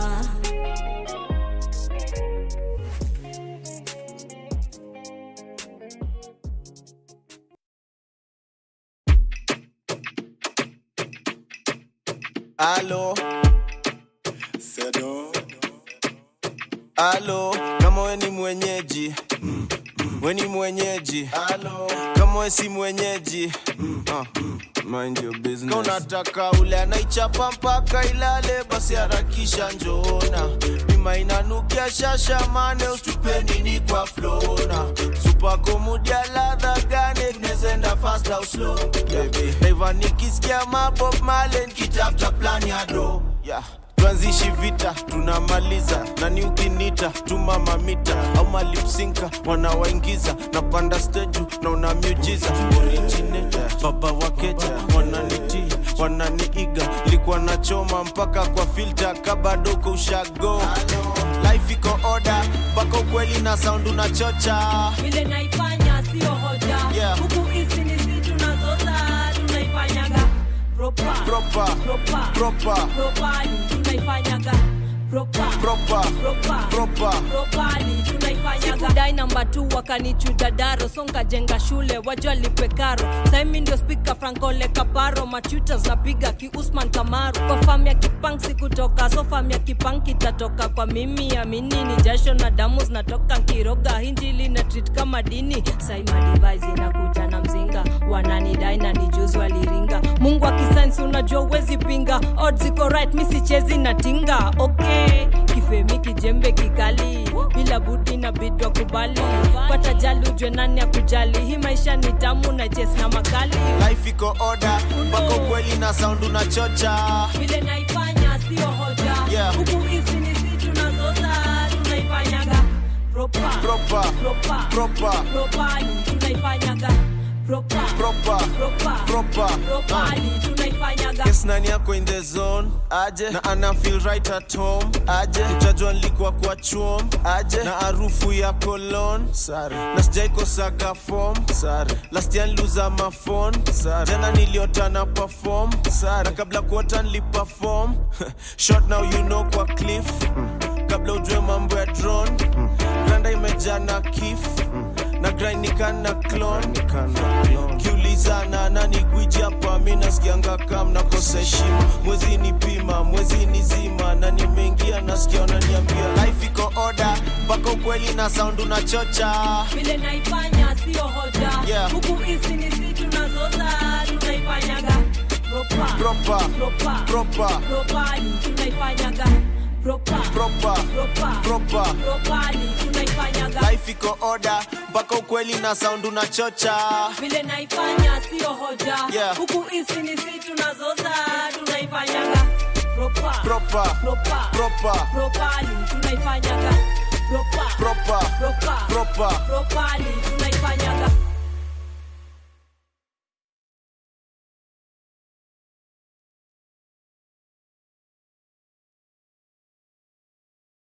Vibe, nanyi munani analyze. Who I wonder why? Me, I'm just tryna catch a wine. We shughulika na your life. Niko sherehe mina vibe, nanyi munani analyze. Who I wonder why? I'm just tryna catch a wine. We shughulika na your life. Cheki zangu zime nice. Don't you disrespect my lover. Sina noma my guy. Tonight I don't want no drama. Sina noma my guy. Chaber dongingero anahero kasi anda. Leo ni party hadi mchana. Sherehe na piganga na kikosi, kwa mfuko pesa haikosi. Mademu wananiitanga kiongozi, vile mimi hutesanga Nairobi. Sele zimeripoti, chini tuko kwa magoti. Akiwewe wewe usinirekodi, kesho nipate mmesha niposti. Niko sherehe mina vibe, nanyi munani analyze. Who I wonder why? Me, I'm just tryna catch a wine. We shughulika na your life. Niko sherehe mina vibe, nanyi munani analyze. Who I wonder why? I'm just tryna catch a wine. We shughulika na your life. Cheki zangu zime nice. Don't you disrespect my lover. Sina noma my guy. Tonight I don't want no drama. Sina noma my guy. Chaber dongingero anahero kasi anda. Sina noma my guy. Leo ni party hadi mchana. Sina noma my guy. Sina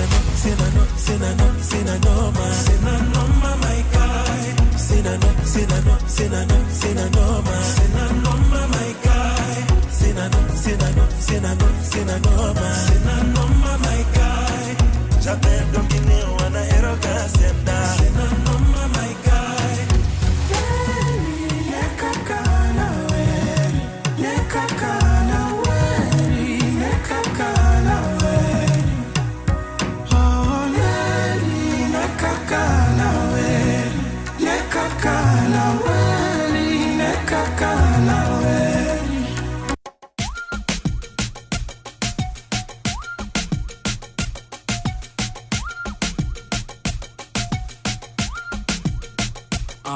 Beep beep, you got the keys to my Jeep. Usistuke sana mrembo, hii ni stick shift. Ignition, baby, full speed. Skid, accelerator, speedometer, kuserereka, speedometer, accelerator, speedometer, kuserereka, speedometer. Busy, blaze. Unajiduna uko hungry. Chali mdogo na uko thirsty. Ukistaki ndakuroga, you be my honey. You say you want me, oh you're so funny. Cause I've heard it all before. Baby this, baby that. Beep, you got the keys to my Jeep. Usistuke sana mrembo, hii ni stick shift. Ignition, baby, full speed. Skid, accelerator, speedometer, kuserereka, speedometer, accelerator, speedometer, kuserereka, speedometer. Kakuku ni ndege, basi samaki ni meli, kangoma ni genge, kwa mikrofoni mimi ni mkali, utanipata na maboys nikikata maji, kwa dunda sipendi vita jona watiaji, nikiserereka napenda ndogo hiyo na ndimu na jagi ya maji moto. You got the keys to my Jeep. Usistuke sana mrembo, hii ni stick shift. Ignition, baby, full speed. Skid, accelerator, speedometer, kuserereka, speedometer, accelerator, speedometer, kuserereka, speedometer. Kawewe ni gari basi mimi ni driver, kawewe ni nduthi basi mimi ni rider, kawe ni bunduki basi mimi ni sniper, kama wewe kitanda basi mimi pajama. Sexy body kind like a beamer, let me put it in reverse, I want it bumper to bumper. Umebeba utadhani ni trailer, kama wewe ni kecha basi mimi ni neighbor. Beep, you got the keys to my Jeep. Usistuke sana mrembo, hii ni stick shift. Ignition, baby, full speed. Skid, accelerator, speedometer, kuserereka, speedometer, accelerator, speedometer, kuserereka, speedometer. Lete shangwe wenye wana stamina kahiwa chache, kama imeni nice irabwe, ana waste time maparare kama mawe. A trailer loader, girls in the house. We rombosa, we dondosa, thaizi kibouncer. Hizi trousers zinashuka style ya madansa. Mina waangusha to design ya mambanga. Accelerator, speedometer, kuserereka, speedometer, accelerator, speedometer, kuserereka, speedometer. Beep, you got the keys to my Jeep. Usistuke sana mrembo, hii ni stick shift. Ignition, baby, full speed. Skid. Anywhere you want me, oh you can have me. Vivian and Cancer, oh la di da. Na.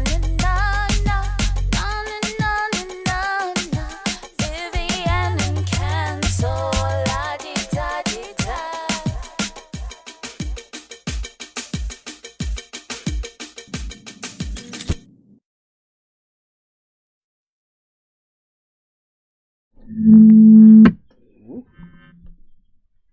My bad. Welcome back. This is Icon Radio, your number one entertainment black. Hey, your number one entertainment plug. You can catch us on www.iconradio.co.ke. You can catch us on any of our platforms. That's YouTube, Facebook, Instagram, LinkedIn. That's Icon Radio KE on all platforms. And today we're joined in studio by Sammy, Melly. Yes. This is in case you missed it. Sam Squared. Sam Squared. I'm your host, Sammy Maina. And we're catching up on everything that happened in the world of politics. And let me tell you, it's been a lot. There has been a lot of happenings over the last couple of weeks, but more so over the last weekend and the latter part of last week when Fred Matiang'i jetted back into the country and made his announcement, or rather made a statement on his arrival that began with the Kisii rally.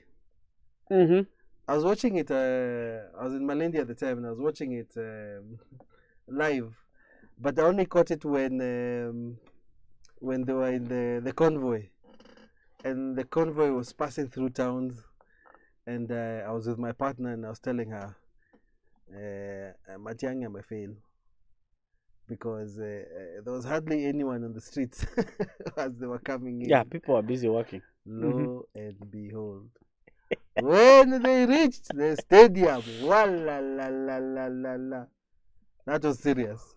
You know, one thing, Matiang'i is not a politician, so it must have taken the hand of a politician to make that a success. And I remember Simba Arati is an ODM vice chair, but a governor there. Yes. And he has his way of mobilization. Yes. At the same time. He's a seasoned politician. Yeah. And he must have been able to make a statement to Matiang'i first that you can trust me with this job. Yeah. Without embarrassing the leadership of ODM. Yes.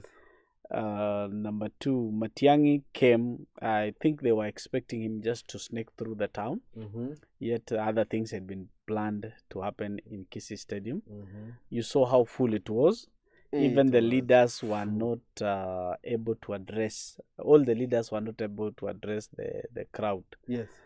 Okay, that is a welcome relief, especially to our polluted political environment. That tells us that if Matiang'i comes into already crowded presidential race, he's going to give an alternative leadership. But as I was saying before off camera, that Matiang'i and William are people of the same school. Yes, they are people who push the things they want, even using the chest.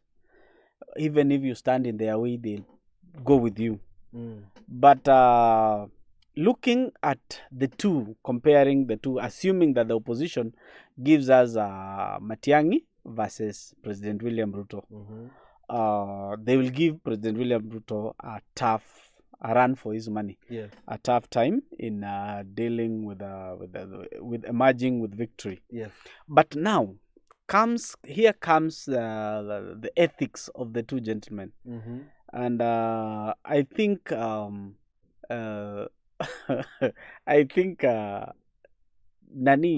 President William Ruto is a lesser evil compared to Matiang'i. I won't guarantee you. Some debatable. I can't guarantee you that you'll have all your rights the way you are exercising them right now under Matiang'i leadership. I remember the issues of Yala River are still fresh in our minds. Very fresh. It still lingers in our minds with a lot of but you see, this leadership also has already dipped their hands in blood also. So there is no one among the two who we can say is clean. But now I want to look at the people who can push things to happen. The two of them are real workers. Yeah. Let's agree. Yes. That's agreed. But there is one, irrespective of your perspective in things, Matiang'i can push you to the wall if it means pushing you to the wall. William can give way. You saw the Gen Z, the way they would make him. I'm sure Matiang'i will never break his cabinet because you have said it. How many court orders did he fail to honor? He even was summoned by Senate at some point, and even the National Assembly. He ended up lecturing the National Assembly to the extent that the period of interviewing him was over. In fact, they didn't ask him the questions they wanted to ask him because he disarmed them. He spoke right through the inquiry. Yes. So this gentleman is very, very aggressive in what he does. But I remember he made things work. For example, the school, the transition rate in primary to secondary. Yes, he was able to lead the Ministry of Education and bring reforms in the Ministry of Education. He was able even to visit schools himself. Yeah, he's a worker. Yes. I agree he's a worker. But I think he's a good worker, especially working under somebody. But when he becomes the overall, you saw when he chaired cabinet now, then he became useless. He could no longer push the things the way he used to push. Because I think he is one person who can easily be overwhelmed by work. He can easily be overwhelmed by what he's doing. I would have loved if he was given, for example, a ministry to run, especially a key ministry. He's a deliverer. He can deliver. But unfortunately, for him, one, I don't know how he'll convince the crowd because he doesn't have the charisma. You know, he never smiles. But he tried yesterday at Wamunyoro.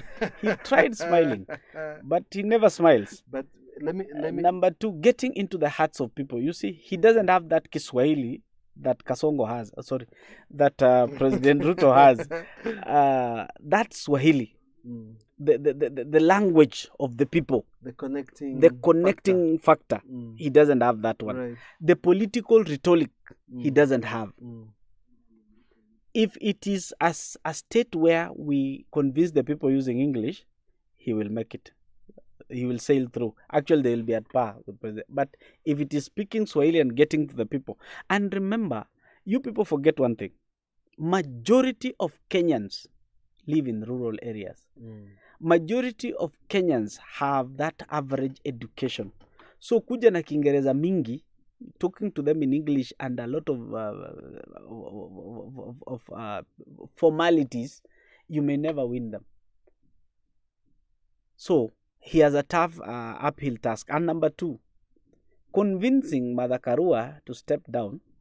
Anyway, Mother Karua doesn't have those numbers, but convincing her to support him, convincing Wamunyoro to support him, assuming that by the time we get to 2027, Wamunyoro's case will still be in court, so it is still eligible to run. We still have other presidential ambition, and there is Simba ambaye amelala amenyeshewa. People are assuming that Raila Odinga is a cat. No, they are thinking he's a cat, or they are thinking he's not going to run. Baba's move will decide, and if he takes himself to the ballot, then you give President William Ruto a very early win in the morning. I was having an interesting conversation with my father, and he was telling me he believes for as long as Baba is alive, yes, there is absolutely no chance of him to fail to vie in any election. And remember, for him to get a strong deputy president, he will invade that team. Correct. The team that is forming. Yes. And now, once he invades that team, who will he come with? The Murima vote, nobody should tell you that the entire Murima is out of President William Ruto. They are still diehards. Even you see comments online, you still see, this is a karaoke, and kwani kuna karaoke bado ana support president. Kuna jeshi ya online. Yes. No, assuming, no, even I live within them. And there are people who tell you no. For me, my vote is still with this gentleman. Number three, Remember, the president is rolling out major infrastructure projects. There's the affordable housing project. There are 300 markets that are under construction as we are speaking. Right. Affordable housing. Umesikia ya nini? Is it Vipingo or where? That is complete, that's being handed over this week. Remember, there will be more complete that are going to be handed over. And then the reality of affordable housing hits. And they tell you, oh, kumbe hii kitu ilikuwa. Kumbe the markets were there. The roads, the infrastructure. Aya, sikiliza. Before we go into the next general election, the Rironi Mau Summit Road will be ready. We shall see. No, it's beginning this June. They have finalized everything. Right. This one, Mombasa Expressway, will either be 3/4 way or towards completion. His target is to hit 2027. Nothing goes beyond 2027. My friend, when I will be cruising, ninaanzia hapa Waiyaki Way, na cruise mpaka Mau Summit, you will tell me now to vote elsewhere. You see, there is entire Western population that usually goes home in December, and they get stuck on this highway that is single lane since independence. Something will have to, there are some people whose eyes will be open.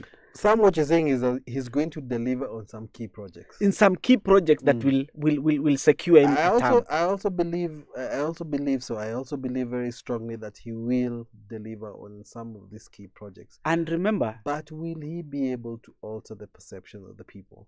And I agree with you. I'll say this. Yes, you are right. You are right that Matiang'i comes with challenges, and Matiang'i needs a hell of an effort to sanitize some of the things that were said about him in the past. However, there's something that you've mentioned. You mentioned that he doesn't have kizungu mingi. I mean, or Kiswahili mingi. Neither did Mwai Kibaki. Charisma kama ile ya baba. Ama charisma hii ya William. Neither did Mwai Kibaki. No, Mwai Kibaki was a movement. Exactly. Matiang'i is a movement. Matiang'i is a very, very strong movement. Ask me today, walk anywhere, talk to any Gen Z, ask them who are the favorites. No, Sam. Go and talk to millennials. There was a point I didn't finish. Okay, carry on. The people in rural areas mostly determine who leads us. Yes, that's true. And most of them are not online warriors. Wait. Listen, number 2, they are the people when whatever good comes to them that they had never received, they appreciate the most. They are not like us urban dwellers who don't even appreciate the little we have seen. And influencing them is easier. I want to know, will Matiang'i make it to every village the way this gentleman is making it? I would like to believe so. Number 2, remember, elections usually come in August. Yes. The second week of August. The second Tuesday of second week of August. Oh yeah. Now, this usually comes when the Gen Zs are in university doing exam. Yes. Tell me which Gen Z will travel to the rural area. Let me tell you. Unless they change their strategy. Because he is a movement. They will come out. Sam, listen, I have been talking. We had 19 million voters. Okay? Yes.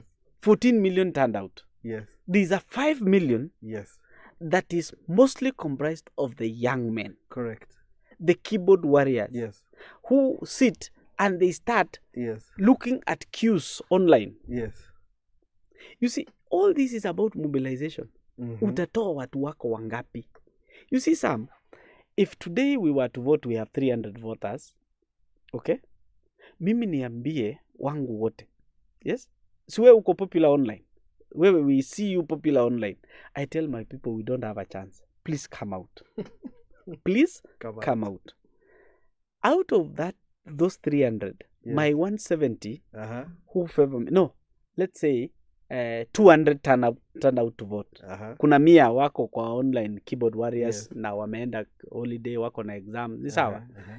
200 vote turnout. Yes. Out of those 200, 150 are mine. Your 100 wako flashy, wana enjoy maisha kwingine. Okay, this 150 will make me pass and beat you. Correct.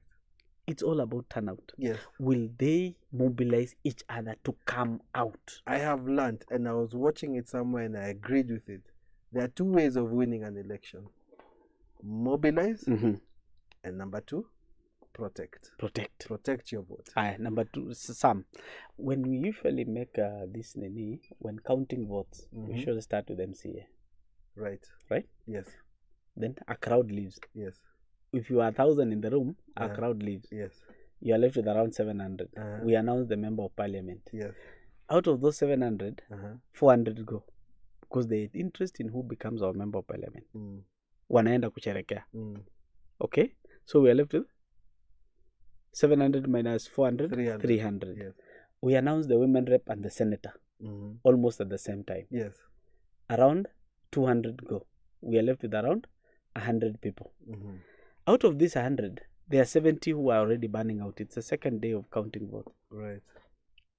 Let me tell you, Sam, first of all, I believe that Baba lost his vote not because of lack of mobilization, but lack of protection. Yes, protecting that vote.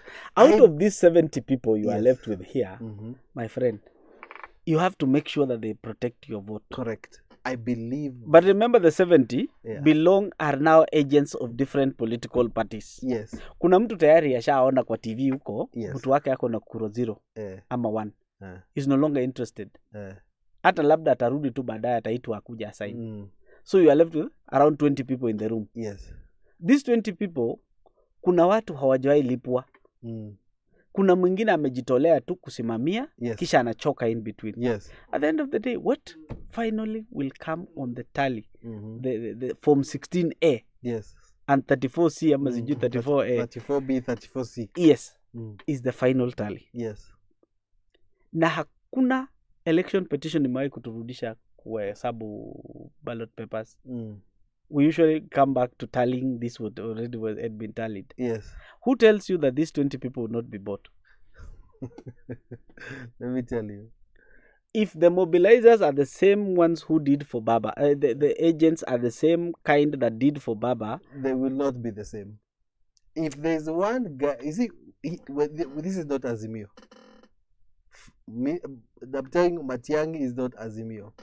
Matiang'i served in the same internal security.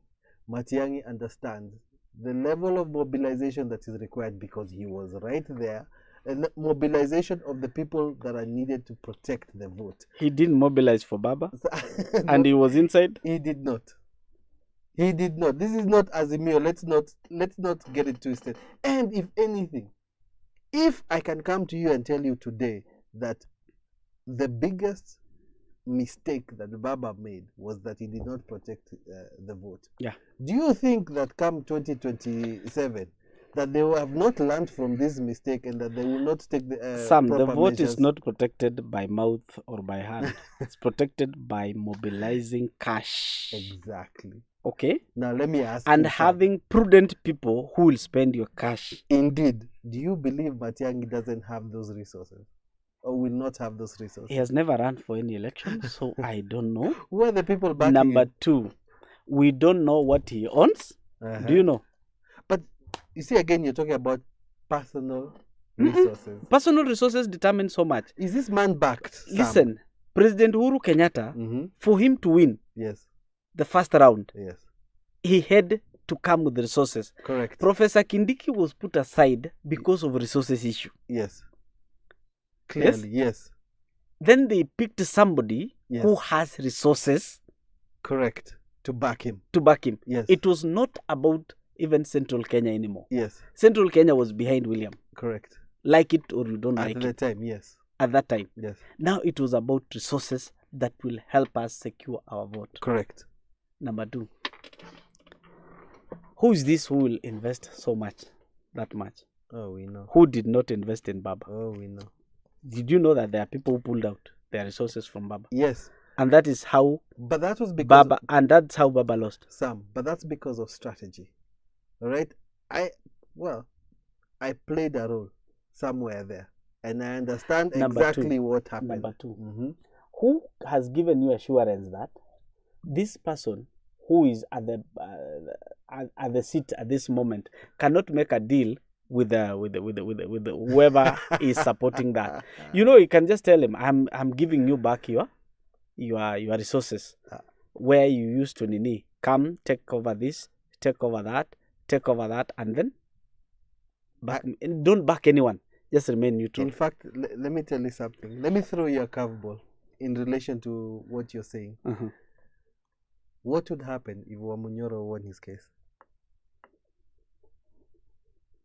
That the court declared the impeachment unconstitutional. Unconstitutional. This house would not be. There would be another impeachment. Yes, but what if it was unstoppable? Yeah, but what if the president decides to instruct that they let it go? You see, again, it's interfering with judiciary. No. You don't know who in judiciary. Let's say the judiciary rules and says the impeachment was unconstitutional. That makes Wamunyoro a deputy president. A deputy president. Yes. In whose favor would that serve? In favor of the opposition still. Would you imagine that? I don't think so. No, I can imagine I think that's situation. Not the term. Situation. No, but leadership is so sweet. Yes, power is tamu. In as much as Wamunyoro is telling us the president is bad, he still wants to work with them. I'm sure. He still wants to work with them. It's politics. I would not doubt if he gets another sweet deal, he will come back. Yes. So that's what I'm saying. Imagine he wins the case. Alafu, just ask me. He's not running for president. I'm assuming. Yeah. Right? What is the purpose of his political party? To negotiate ahead. Of course, to have negotiation Supposing latitude. William Ruto was to win, President William Ruto was to win, and get a minority in parliament, what will Wamunyoro do? Let me tell you. Do what Baba did. Let me tell you. We are just pawns in a game of chess. Yeah, but okay, you see, okay, fine. The way it has been happening is it would not be a surprise if the two reconcile or find a way of sharing. Alafu number 2. Yes? I know this the president is a mobilizer. Okay? Yes. Assuming he lost presidency, but he has majority members of parliament. The president? Yes. The president is not going to retain MPs. I'm just take to that's an hypothesis. What will happen? If there will be a handshake, right? Of course. Have you dealt with him? No, hold on, Sam. Either way, win or lose for our current incumbent, there will definitely be a handshake. If this is government, okay. In fact, then let me tell you. Okay. Let me tell you what my prediction is. My prediction is William Ruto will be in the next government. Will be in the next government. He'll still be the president.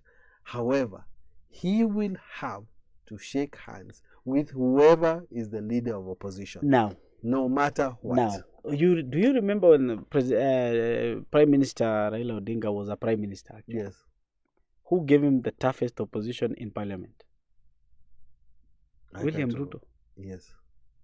And they were members of the same party. Yes. Not years. But after disagreement, he gave him the toughest time. Yes. In fact, the toughest of the questions that he needed to answer were from President William Ruto at that time. And even any hard tackle that Baba got at that time came from William Ruto, yes. After decamping and President Kibaki reinstating him after he had been dismissed by Raila Odinga. So, if we will have him defeated, he will be another strong opposition leader. Yeah. And you cannot guarantee me whoever gets in will get a 2032. Kenyans have a way of discovering the usefulness of a person after they are gone. Yes. Have you seen how they troll any clip that has President Uhuru Kenyatta? Even the other day he spoke in a wedding. That it becomes viral. Why?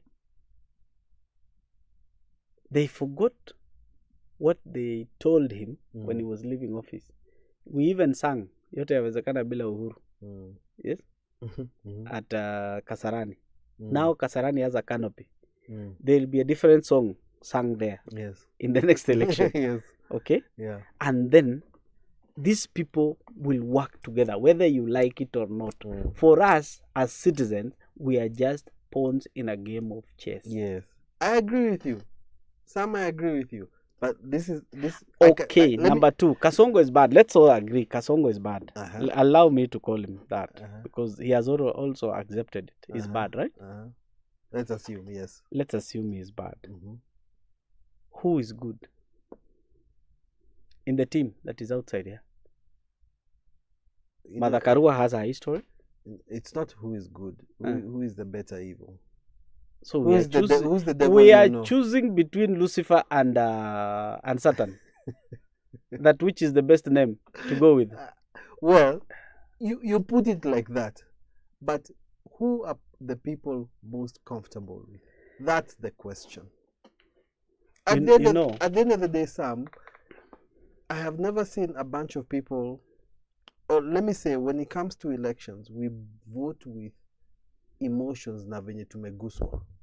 Right? Unfortunately, around this, Daktari has the Daktari incumbent. Oh, there are 2 doctors coming in. Yes. We want to see who injects us better. Yes. Daktari incumbent amegusa watu has rubbed people the wrong way. That's the God honest truth. The wound that has been created, that is fresh right now, is the one that has been created by Daktari incumbent. That is the one that people are going to remember. You ingine, out of sight, out of mind. People forget very quickly. You understand? No, Kenyans, not people. Oh, Kenyans. Kenyans forget very fast. And the truth of the matter is, they will come, they'll use a heavy communication to try and push Matiang'i down, but the wound that is fresh is the one that has been created by Sam, His in Excellency. politics, just the same in chess. Don't show your game early. True. This game plan is too early. Yeah, but this government... 2.5 years to general election. But Sam... Or we are working with Piki Ponki's next year election. But I like what Danny said. What's his name? Senate Sifuna. The problem with this government is like it likes to shoot itself in the foot constantly. Iko na handballs. Handballs. Mimi nimekubaliana na handballs tunakubaliana kabisa. Let me give you an example. This BBC expose that came out the other day. Really, was it necessary for the government to go that far? All right, fine. The BBC came out and did an expose on what happened on June. It was not an expose. It was a reminder. No expose. Okay, nothing fine. New. It reminded. We have those clips.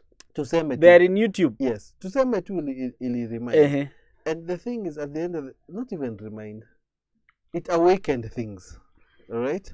But is it illegal to do that?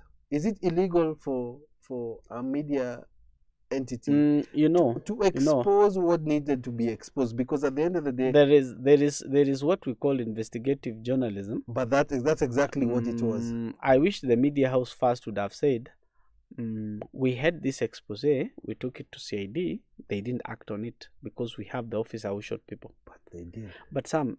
But they did, Sam. They didn't. That is why it was banned from being shown publicly. And number 2, an interview pahali anaitwa nani huyu jamaa Boniface Mwangi yuko ndani. Why would you doubt? No, Boniface Mwangi goes for the highest bidder. Sam, answer my question. Were people shot? People were shot. Were those people criminals? Sam. No. I was reading but what were the 240? Was it 240 or 204? Chapter 204 of the Penal Code. All right, carry on. On protected areas. Yes, carry on. Let me ask you just this. A minute. Carry on. Anyone who invaded parliament and left alive should count themselves lucky. Okay. 100%. Now, I ask you this question, Sam. The people that were shot. Number 2. Wait, Sam. Goja kwanza. Before you get to number 2. Wait, before you get to number 2. This is the same question I asked Kaka when we were in... the people that were... Wakili Kaka. I asked him when we were in KTN. Goja kwanza. Goja. Goja, Sam. The people that were shot, that were exposed on the BBC documentary, were they entering or leaving parliament? Do you shoot someone entering or do you shoot someone who's already leaving? Was it necessary for the security forces to take action on people who were exiting? Those who are, that was wrong. You don't even in fighting, you don't shoot somebody from the back. Exactly. That's the whole point. And the issue here was, number one, these people have been labeled so many names. They've been given so many names. They're criminals. Mara sijui, they're what people from where? You understand what I mean? Some. I watched the documentary the other day. Yeah, BBC. They screenshot somebody. And this person was matched by other investigative journalists or social media. Correct. And it came up that it is the fake cop, the fake KDF military officer. Do you remember that? Yes. Now, this is where now the government has to come in and say, so we were protecting both the MPs and the Gen Z. But somebody infiltrated. Because some, in any operation area, and especially a chaotic one, the enemy can infiltrate. Right? Yes. And this enemy can cause harm. Yes. But you carry the blame. True or not true? True. But how did it happen that this is a fake KDF officer that is also a sharpshooter? Interesting story. That was interesting.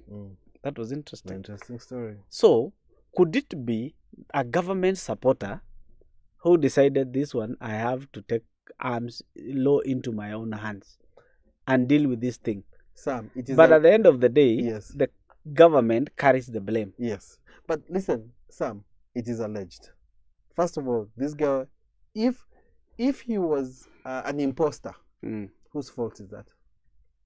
The security agency. Exactly. Yes. And he was not the only one that was identified. There was another guy. Right, there was even somebody in plain clothes giving instructions. Exactly. Yes. Him has been identified exactly where he's from. Yes. Again, which arm is he? Was he a Raia or is Gava?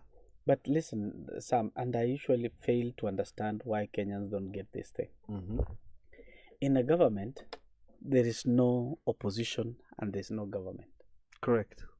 The members of parliament are sent to legislature to form the legislative arm of government. Yes. So that was an arm of government under attack. Are we together? Yes. There is what we call judiciary. We have our judges, our magistrates under a judicial arm of government, which was also under attack. True or not true? True. On the upper side, State House was under attack. True or not true? True. So the entire government was under attack. Sawa? But now you find a situation whereby once a fault has happened, you know, if, for example, our gentlemen, the young men were successful in what they did and perhaps killed 2 or 3 members of parliament, do you know we'll be blaming them? We'll be blaming the security agency. Why they didn't take action. Okay? Number 2, the security agencies mitigated all this, but there were a few casualties. A few. There were 5 or 7. Let's say, assuming the 70 that they were said were died. Assuming that all those. Those are not a few. One life is too many. Yeah, one life is too many. I agree. But even in the Philippines, I've seen demonstrations and there are casualties. Even there are developed countries. I saw in France, even when President Ruto was there was a demonstration. Yes. And around 2 people were killed. Yes. Because they are advanced. I will tell you this. In the US, even the invasion into the capital. Yes. There were casualties. Yes, true or not true? True. But it doesn't absolve the government from its actions. I'm not absolving the government. I'm not absolving the government. Yes. I am only saying that there are better ways of doing it, but reduce the fatalities, if even eliminate fatalities. Yes. But remember, we are dealing with a security agency that is underfunded. They even don't have money to buy uniform. Did you see the other police officer who was wearing a boot that has been patched? with an aluminium material. Yeah, Sam, I call that corruption because we have an entire arm of government that is actually responsible for that. Rivertex. What does Rivertex do? Now, Sam, I have very little information about Rivertex. Exactly. It is a parastatal that has been designed to create all these things for our security forces. They're the ones who create the army fatigues, the police uniform. They're the ones who are supposed to, right? Now, supposed to. They have not been funded. Yes, but exactly. And for what reason? But I think the same old reason. We are grappling with some financial constraints or financial crisis that the government doesn't want to tell us. Yeah, but we have enough money to go give churches 100 million shillings. That's personal. No, please. President William Ruto funded the 2007 election for just a minute. President William Ruto funded Raila Odinga in 2007. In fact, when he was being questioned and questioning his funding during the May scandal, he said, nobody asked me where I got the money when I was funding their election. He said that. It is there. Even the clips are there. Nobody will ask me where my money came from. Now, Mimi, personally, I've interacted with the family and I know how they do their businesses. For example, the gentleman has a hatchery at home, actually an akuku, and he hatches over 1 million chicks a day. 1 million chicks a day. I don't want to tell you how many eggs they collect per day. Let's assume those 1 million chicks a day, give it a day old is 60 bob. Give it throw away 40 shillings. How much does he make a day? They're talking about 40 million shillings. 40 million. What is 100? Sam, those are chicks for 2 days. Sam, I don't believe that. He has been a giver. He has been a giver ever since I knew him as a member of parliament. Ever since I knew him as a member of parliament of Eldoret North. He even used to come to donate in our constituency. There was a time we would even ask, can they merge Cherangani constituency and Eldoret North, at least so that we see development? Mimi atulete huku ndio tuone, ndio niamini. You see, number 2, yeah, if you go to somewhere in Moiben, he has a workshop. He imports timber from Congo. Right. Are you aware? I'm not. If you go to this furniture you see in these expensive places I don't want to mention, some of them come from his workshop. Right. Go to farming. Ng'ombe. This gentleman is just a worker. There was a time he was saying, if I was to earn my 1 million, there was a time when Kibaki made the payment, members of parliament. Actually, it's during Kibaki's time that members of parliament moved from 70,000 a month to around 500 and something, and went even up to 800,000. Plus all the emoluments, he has 1 million. This gentleman doesn't drink. Are you together? Up to there. So, assuming he was to invest his... No. And remember, every weekend he used to be in the village. Every weekend he used to be in the village to monitor his investments. Do you think he will lack 100 million to give? Sam. Every 26th of December, since I knew him, just a minute, 26th of December since I knew him, he has been donating chicks to women groups. 6,000 chicks per women group. Na hakuwa amekuwa president, hakuwa amekuwa hata minister. He was an assistant minister those days and a member of parliament. Now he still does the same thing even up to today. Where does he get all that? Why haven't people complained about those chicks that he gives to women groups? Let me say, good question, but we've never really done an audit until the time that we do. Hata hapa, it's you just saying. But no, I want to send you. Let me send you to Sugoi. You see his orange farms. You see his avocado farms. You see his chick farms. You see, hata hapa Narok ameweka the same thing. I'm telling you, for any sane person, you can easily note that these things come from him. A famous chick selling organization that used to be in Kajiado over there. Nowadays is no longer there. Where did the chicks come from? These farms. But I'd like to know how all of these things were capitalized. No, you know, during Mzee's regimes, you would get, hata sisi tulikuwa tunakuja Kabarak. We go home with 2,000 each. Na wewe ni mtoto wa shule. Yeah. Na wewe ni mtoto wa shule ujue.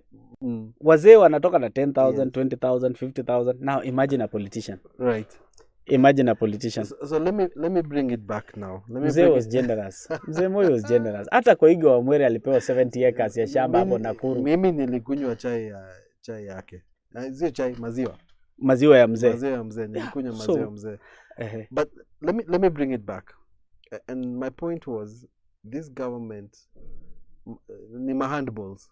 Yeah, you understand what I mean? Yeah. And so come 2027, because I'm bringing it back to the story of between Ruto and Matiang'i, because the big story now is Matiang'i is now making his dash for the top spot. Give us the achievement of Matiang'i. I want to list. Wewe sasa ni chief campaigner wa Matiang'i. Yes. No, I want to give you now. Now you are on the stage selling Matiang'i. Number 1. He revolutionized education, the education systems in Kenya. Yes, he made ECBC tuliachiwa tukishindwa watoto wanaenda wapi JSS. Ni kwa sababu haikufuatiliwa beyond kwenye aliachia, because I don't no, he was the chief cabinet secretary. Ati kina Magoha waanda him. Alienda campaign mapema. Alikuwa anafanya you cannot accuse Matiang'i from Magoha's errors, please. And then we will he chaired cabinet. Yes, he did. On behalf of, in fact, he kept the deputy president outside and chaired cabinet. But there was someone who was in charge of the portfolio. No, Matiang'i during his time, education. During his tenure, ECBC yenye tuko na shida nayo. Sawa. Alianzisha poa na alitengeneza, hakuna mahali unaweza enda useme ya kutengeneza education. Alitengeneza education. Number 2. Whilst the CS of Interior. Yala, tuanze na Yala. Ngoja. First, let me speak the positives before you dive into the negatives. The positives. I can attest that when Baba lost the elections, there are police officers who cried tears of joy because Matiang'i was out. Very good. With the ugly uniform. Because ugly uniform. No, because during Matiang'i's tenure, yes, corruption within the forces came down significantly. Sam, kuna wakati askari hawajachukua 50. Your time ilipunguka kabisa. I was on this road every day. I've been on this road every day. Ulikuwa na mango. Askari hawajawahi kataa kuchukua pesa. During Matiang'i's time, those bribes were almost eliminated. When ulikuwa bakshishi hapo. Yeah, but during that time, yes, he did his job in terms of eliminating corruption within the forces. That one I can attest. That one 100%, go and look at it. He did a great job there. Higher. Right? Now, you are just painting the dog. You are just painting the dog. Go and ask the forces. I saw we have friends in the forces. Go and ask them. Uliona hizo crackdown ndio zilianza. The hidden cameras, hidden crackdowns, juu ni nini aipoa. How many police were arrested? Wengi walishikwa barabara ya Kisumu, huko Rironi, nini, kwa highway walishikwa wengi. Haya. Let me add you. Hiyo siwe Bukhala akiwa anti-corruption. Are you giving Bishop Bukhala's achievement to Matiang'i? No, that was Matiang'i, and he did a fantastic job. And is anti-corruption EACC under National Police Service in Ministry of Interior? At the time, he had not the forces had not been granted independence. Ruto ndio grant forces independence. No, just a minute. When were they given independence? During the promulgation of the 2010 Constitution. I'm speaking as a Raya, not as a politician. So that was the current situation. Niko nangoja, tuendelee. And so education, police reforms, and structure. He granted structure to a lot of the things that are happening within the cabinet. The merging of National Police, Yes. Administration Police na inaitwa nini, police, regular police, So those na are the- GSU, so all of those them are were the- put under one nini, Did they do that during his time? Yes, I think so. Okay, so Sunan nimekusaidia. Mimi si hater. Don't be a hater. Yes, Matiang'i did a lot of good during his time, and you could tell this is no, the good. There are a lot now is where I want. Now you've put me on the spot. I can't think about everything, but I've given you examples, right? And look, I'm also not a hater. I'm not gonna. Number 2, he disobeyed court orders, right? Yes. He failed to appear in parliament when he was summoned, right? Are we agreeing? Are we agreeing? He eventually appeared. He eventually appeared, but not to all the committees that had called him. He had even been sanctioned. The National Assembly had already sanctioned him. Lakini alifika akajibu maswali. Alikuja akawasomea. Number 2, okay. During the kidnapping of senators and members of parliament to come to parliament to vote, ni nani alikuwa anafanya? Mr. Sammy. Very good. Sawa. Nani ana kidnap watu sahi? Ngoja tu. Okay. Tuacha tuko kwa Matiang'i. Tuendelee pole. Tuko kwa Matiang'i. Tuendelee, yes. Si ndio? Haya. Withdrawing of security kwa wale majamaa walikuwa kwa opposition including Baba. Who was in charge? The police service.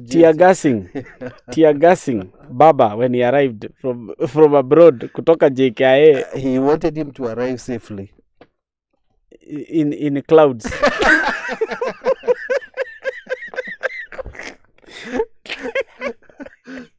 Yes. This has become a comedy. He's protecting you from the crowds. No. You see, in as much as President Ruto has his own faults, Matiang'i also has his own faults. Everyone has skeletons. Yes, everyone has skeletons. We pray that perhaps God gives us the best leader. Yes.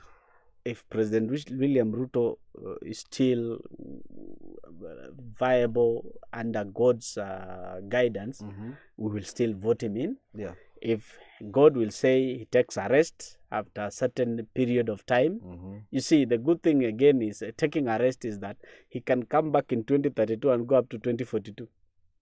You see, we might end up even saying that he's too young to retire. We might have a Trump situation. So, by the way, the politics in the country is good, especially when we have a better candidate coming on board. Yes, I think that is the one positive that comes out from this conversation. That when you have now real competition, it forces you to work. Yes, it forces you to work. And number 2, now the president knows that I have a worthy competitor. Yeah, I've compared. The only thing I can beat this guy in Kazi. What I was saying is that there was a time somebody was told last week, drop the mic, get to work. Yes. Yes, he said drop the mic. I remember that. I heard that. Yes. Drop the mic, get to work. Get to work. Yes. And the works number and finally is that the government now should come back to advertising its work. Government advertisement and publicizing the work that they do is in its low. Media houses like this one should be the ones telling Kenyans, this has been done, this is complete, apply for this, this is how to register. You see, rather than expecting a member of a principal secretary or a cabinet secretary talking on media every day on news. Kenyans are tired of the news. They are tired of the 1 o'clock news on the 7 o'clock news. They watch Teletubbies and Telemundo.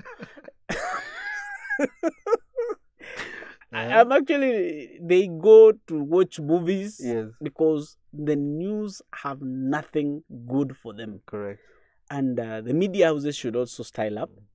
Come with educative news, positive news. They should not make us miserable. We already know that we are miserable. They should not take us lower. They should give us hope. You see, the only way you can reach so many people and give hope is through media. That is why every pastor, every reverend, every bishop nowadays goes online, even when preaching, because they know this is how you reach people. But the media should not misuse the space that they have to change a perception. For example, rather than showing us the shoe throwing, show us the positives of your other candidate, the one you want. This during this he did this. Not again show us a match where Shabana FC and Gor Mahia are fighting. What are you trying to show us? When next Shabana come or when next Gor Mahia come, we will deal with them. You see, it's not that's no longer news. You see, news nowadays something positive that adds positivity to life. Yeah.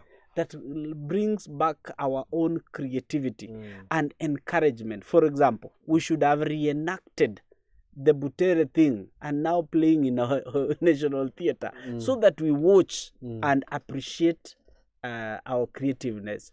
We should be told these are the new generation, new ways of doing business. These are the new ways of doing agriculture. These are the new ways of doing advertisement. You see, rather than just negativity from the na hii ni taarifa ya habari. Mtoto mmoja amenajisiwa. Kutoka hapo watu wawili walipigwa risasi. Kutoka hapo jamaa fulani alimkata mke wake kwa panga. You see, it becomes monotonous. It brings desperation in a country where it is rated as the second best in Africa in the growth of economy. Yes. Why should they show us being so miserable? Yes, at this time. Right. Yes. The media houses, you have a big responsibility of shaping the future of the house. But again, if you want to incite us, we will fight and you will have no space to report. Right. Because we will be in the bush hiding. We will not have power. We will not have a salary to buy internet. You see, we will not have an income. We will all be refugees elsewhere. Right. Perhaps we might now go to Somalia as refugees. If we destroy this country that we have, this is the only country that we have on We earth. only have one Kenya. Even the Kenyans who have gone to the US, mtu anafanya kazi after some time anarudi nyumbani kuenjoy pesa yake because this is where there is freedom. Yes. This is where we can call our president names. Yes. This is where we can party the whole weekend and even have national holiday hapo katikati ya wiki tupige sherehe. By the way, Sam, I tend to agree with you. I don't think Matiang'i will allow anyone to call him any names or have memes. I agree with you. That is it. That guy. If you don't call him Fred Okengo Matiang'i, any other name you give him, Daktari. If you don't give him any other name you give him, you will be in for it. I also don't think. And he's not a joker. Yes, I don't. Yeah, he doesn't play. Yeah. Yeah. You know he lost a brother. So he's very firm. You know he lost a brother in Nigeria. Oh my goodness. Mr. Ibu.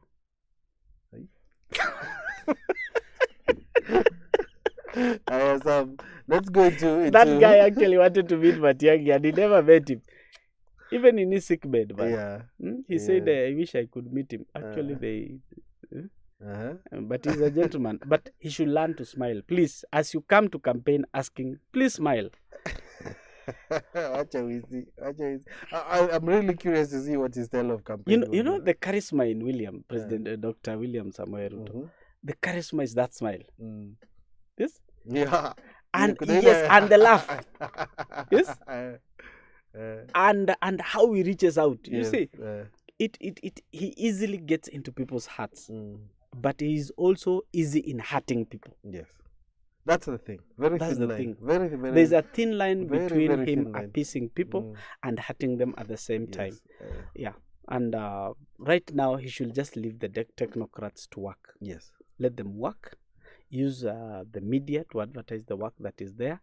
Otherwise, we might get to 2027 and we start hurrying like Uhuru Kenyatta, putting billboards to show work. At the government of Kenya delivers. GOK delivers. And speaking of which... And it will be very expensive. Speaking of which, he recently appointed Professor Makau Mutua. The critic. Imagine. If Makau Mutua is in government, Miguna is coming next.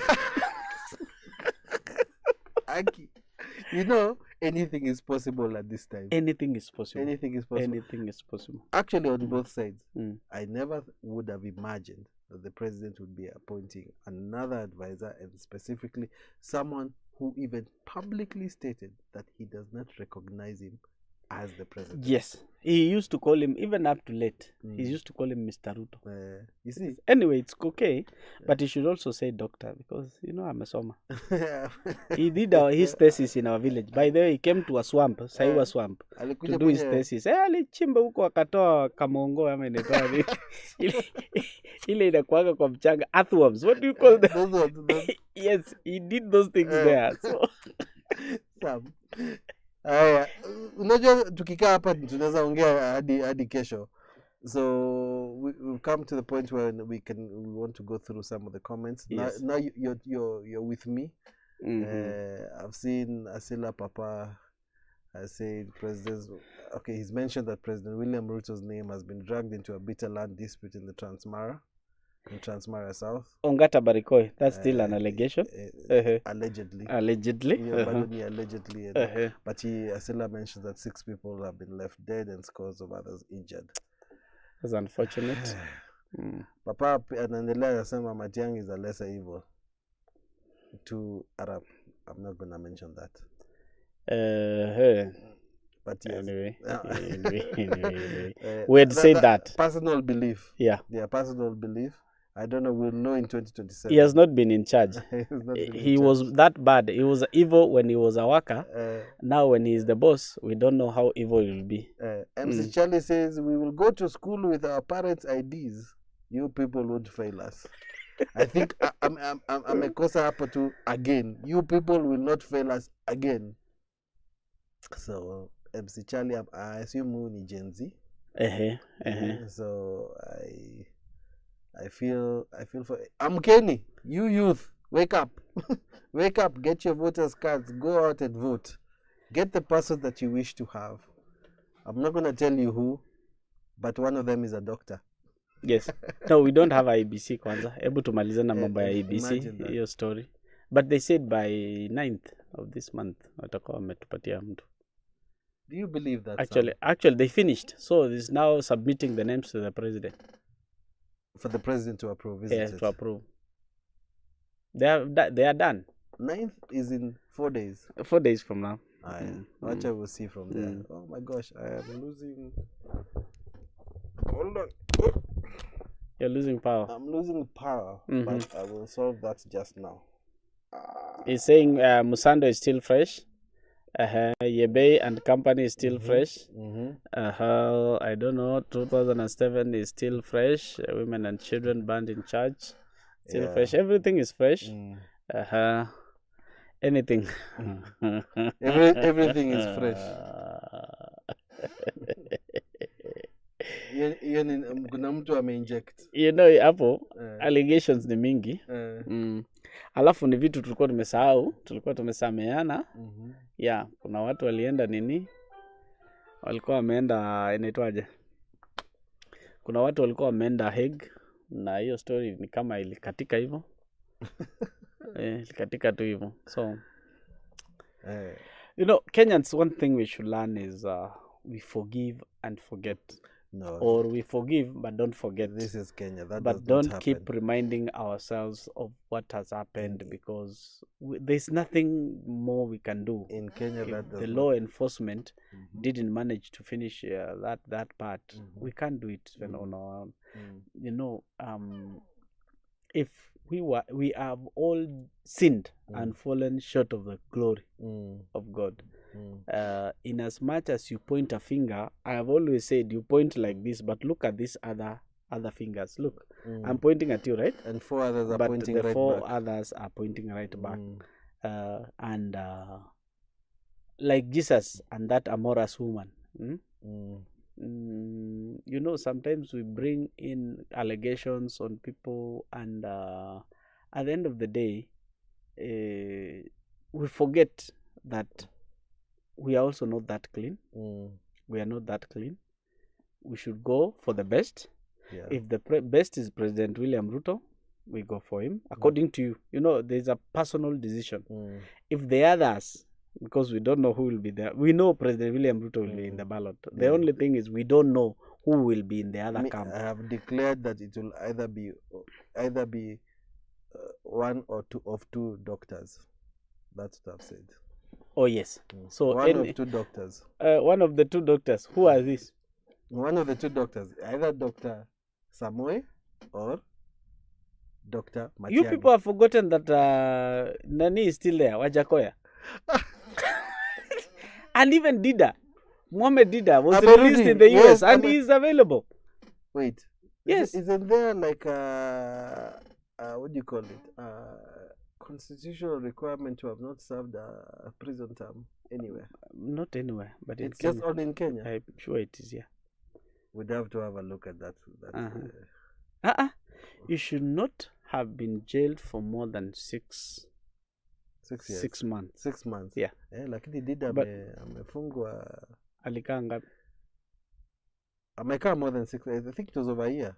Over a year? Or 2 years, I think, yeah. Si ni ile kesi ya kustalk nani? Bibi yake. Kustalk bibi yake. So, no, we don't know. We have our chapter 6. It will tell us. And there'll be clearance. There'll be clearance by IBC. IBC will have to clear them. EACC, Higher Education Loans Board. Mbona watu utumwa kwa hiyo vitu? Help. You are sent to help. Hata kama hujawahi tumia help, you come with a certificate. You go for EACC, certificate of good conduct.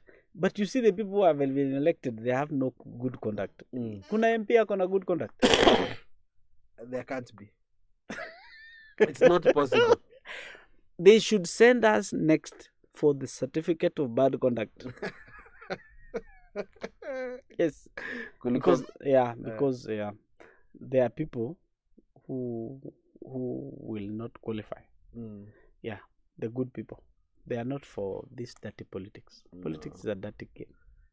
Even this Matiang'i, you brought him to politics. Tutamchafua. Siasa ni chafu. We will muddy the man. We will know his family. We will know his grandfather. We will know his grandmother, whether he was a night runner or not. We will know. We will come up with all allegations from his clan. He has decided. You know, he who has decided to come and run a public office has already decided to expose himself. Right. And public office is not for the faint-hearted. It isn't. It isn't for the faint-hearted. It is not at all.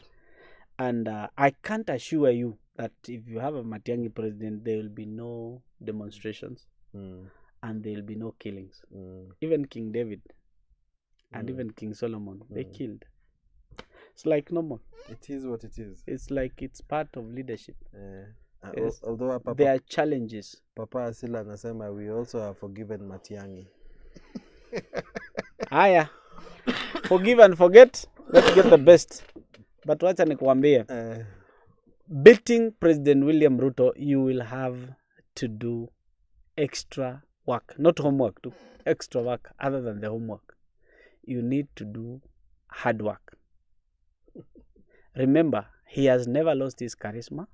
He has never lost his backyard vote. He has never lost his funding models, the way he funds his elections. So remember, na mtu yeyote ambaye ana run for siasa, kama una pesa wachana na hiyo kitu. These Kenyans are lying to you. No one will vote for you. Melly amesema nyinyi unless wewe ni Salasia. Unless wewe ni Salasia. Yeah. The rest. Sunona Murugi alisimama the first time akachaguliwa bure. The second time he had to cough money. Yeah. Kawanjiku the same. Yeah. So they will sympathize with you the first time. That is if you are sympathetic enough. I thought that was a Murema thing only. Yeah. But my friend, watakukula. Kuna ya macho, kuna ya masikio, kuna ya sijui ya nini, ya kutoa vumbi, nini, kila kitu. They use all form. And remember one thing, you might come here, let's say at Nyayo Stadium, you address a rally. And then you go to City Stadium to address a rally. Half the group that will be in Nyayo will be there. When you go to Kasarani to address them, half the ones you left in Nini are also there. So,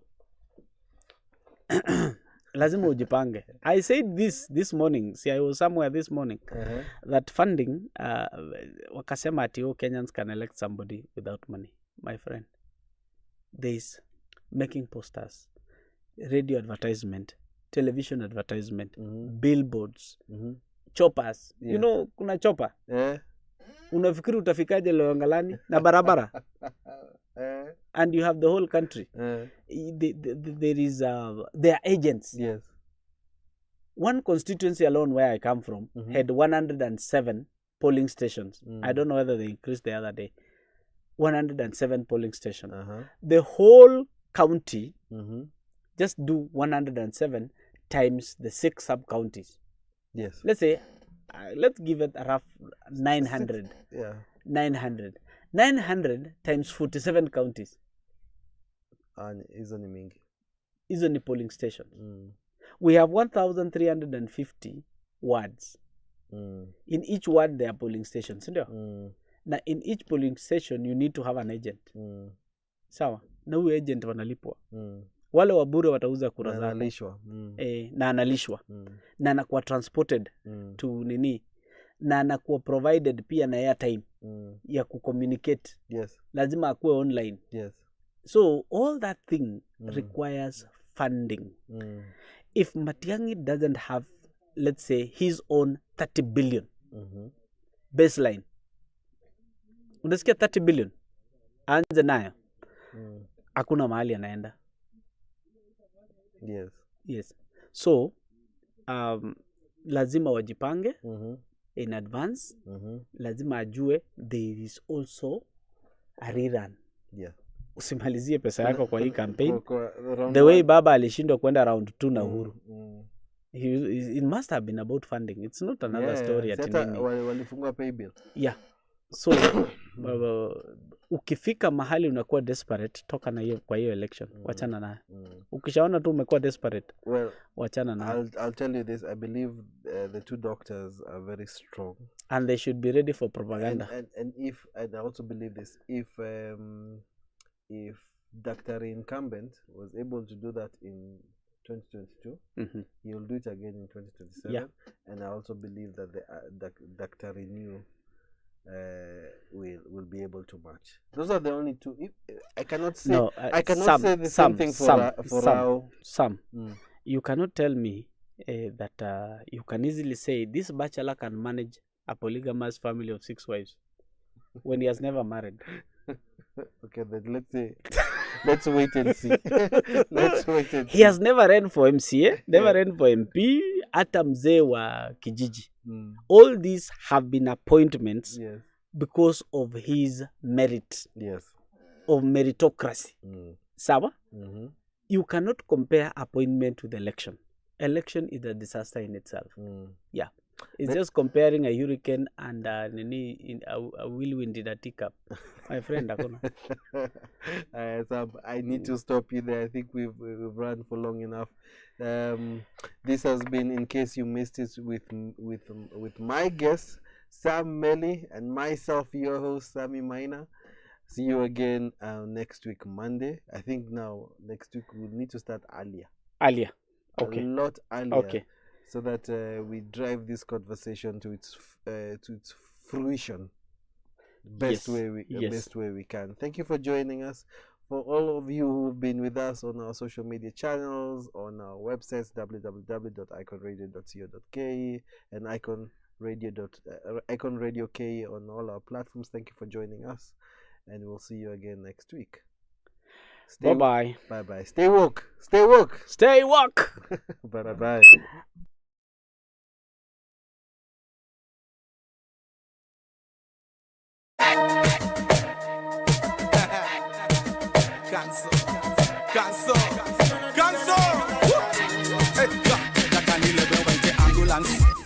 Kishonda mukenda mabambulas Nikunywe supu nescape ambulance Angiki isha Kena repeat Takani 11 waite ambulance Kishonda mukenda mabambulas Dikine shika neske Wata yende taka 11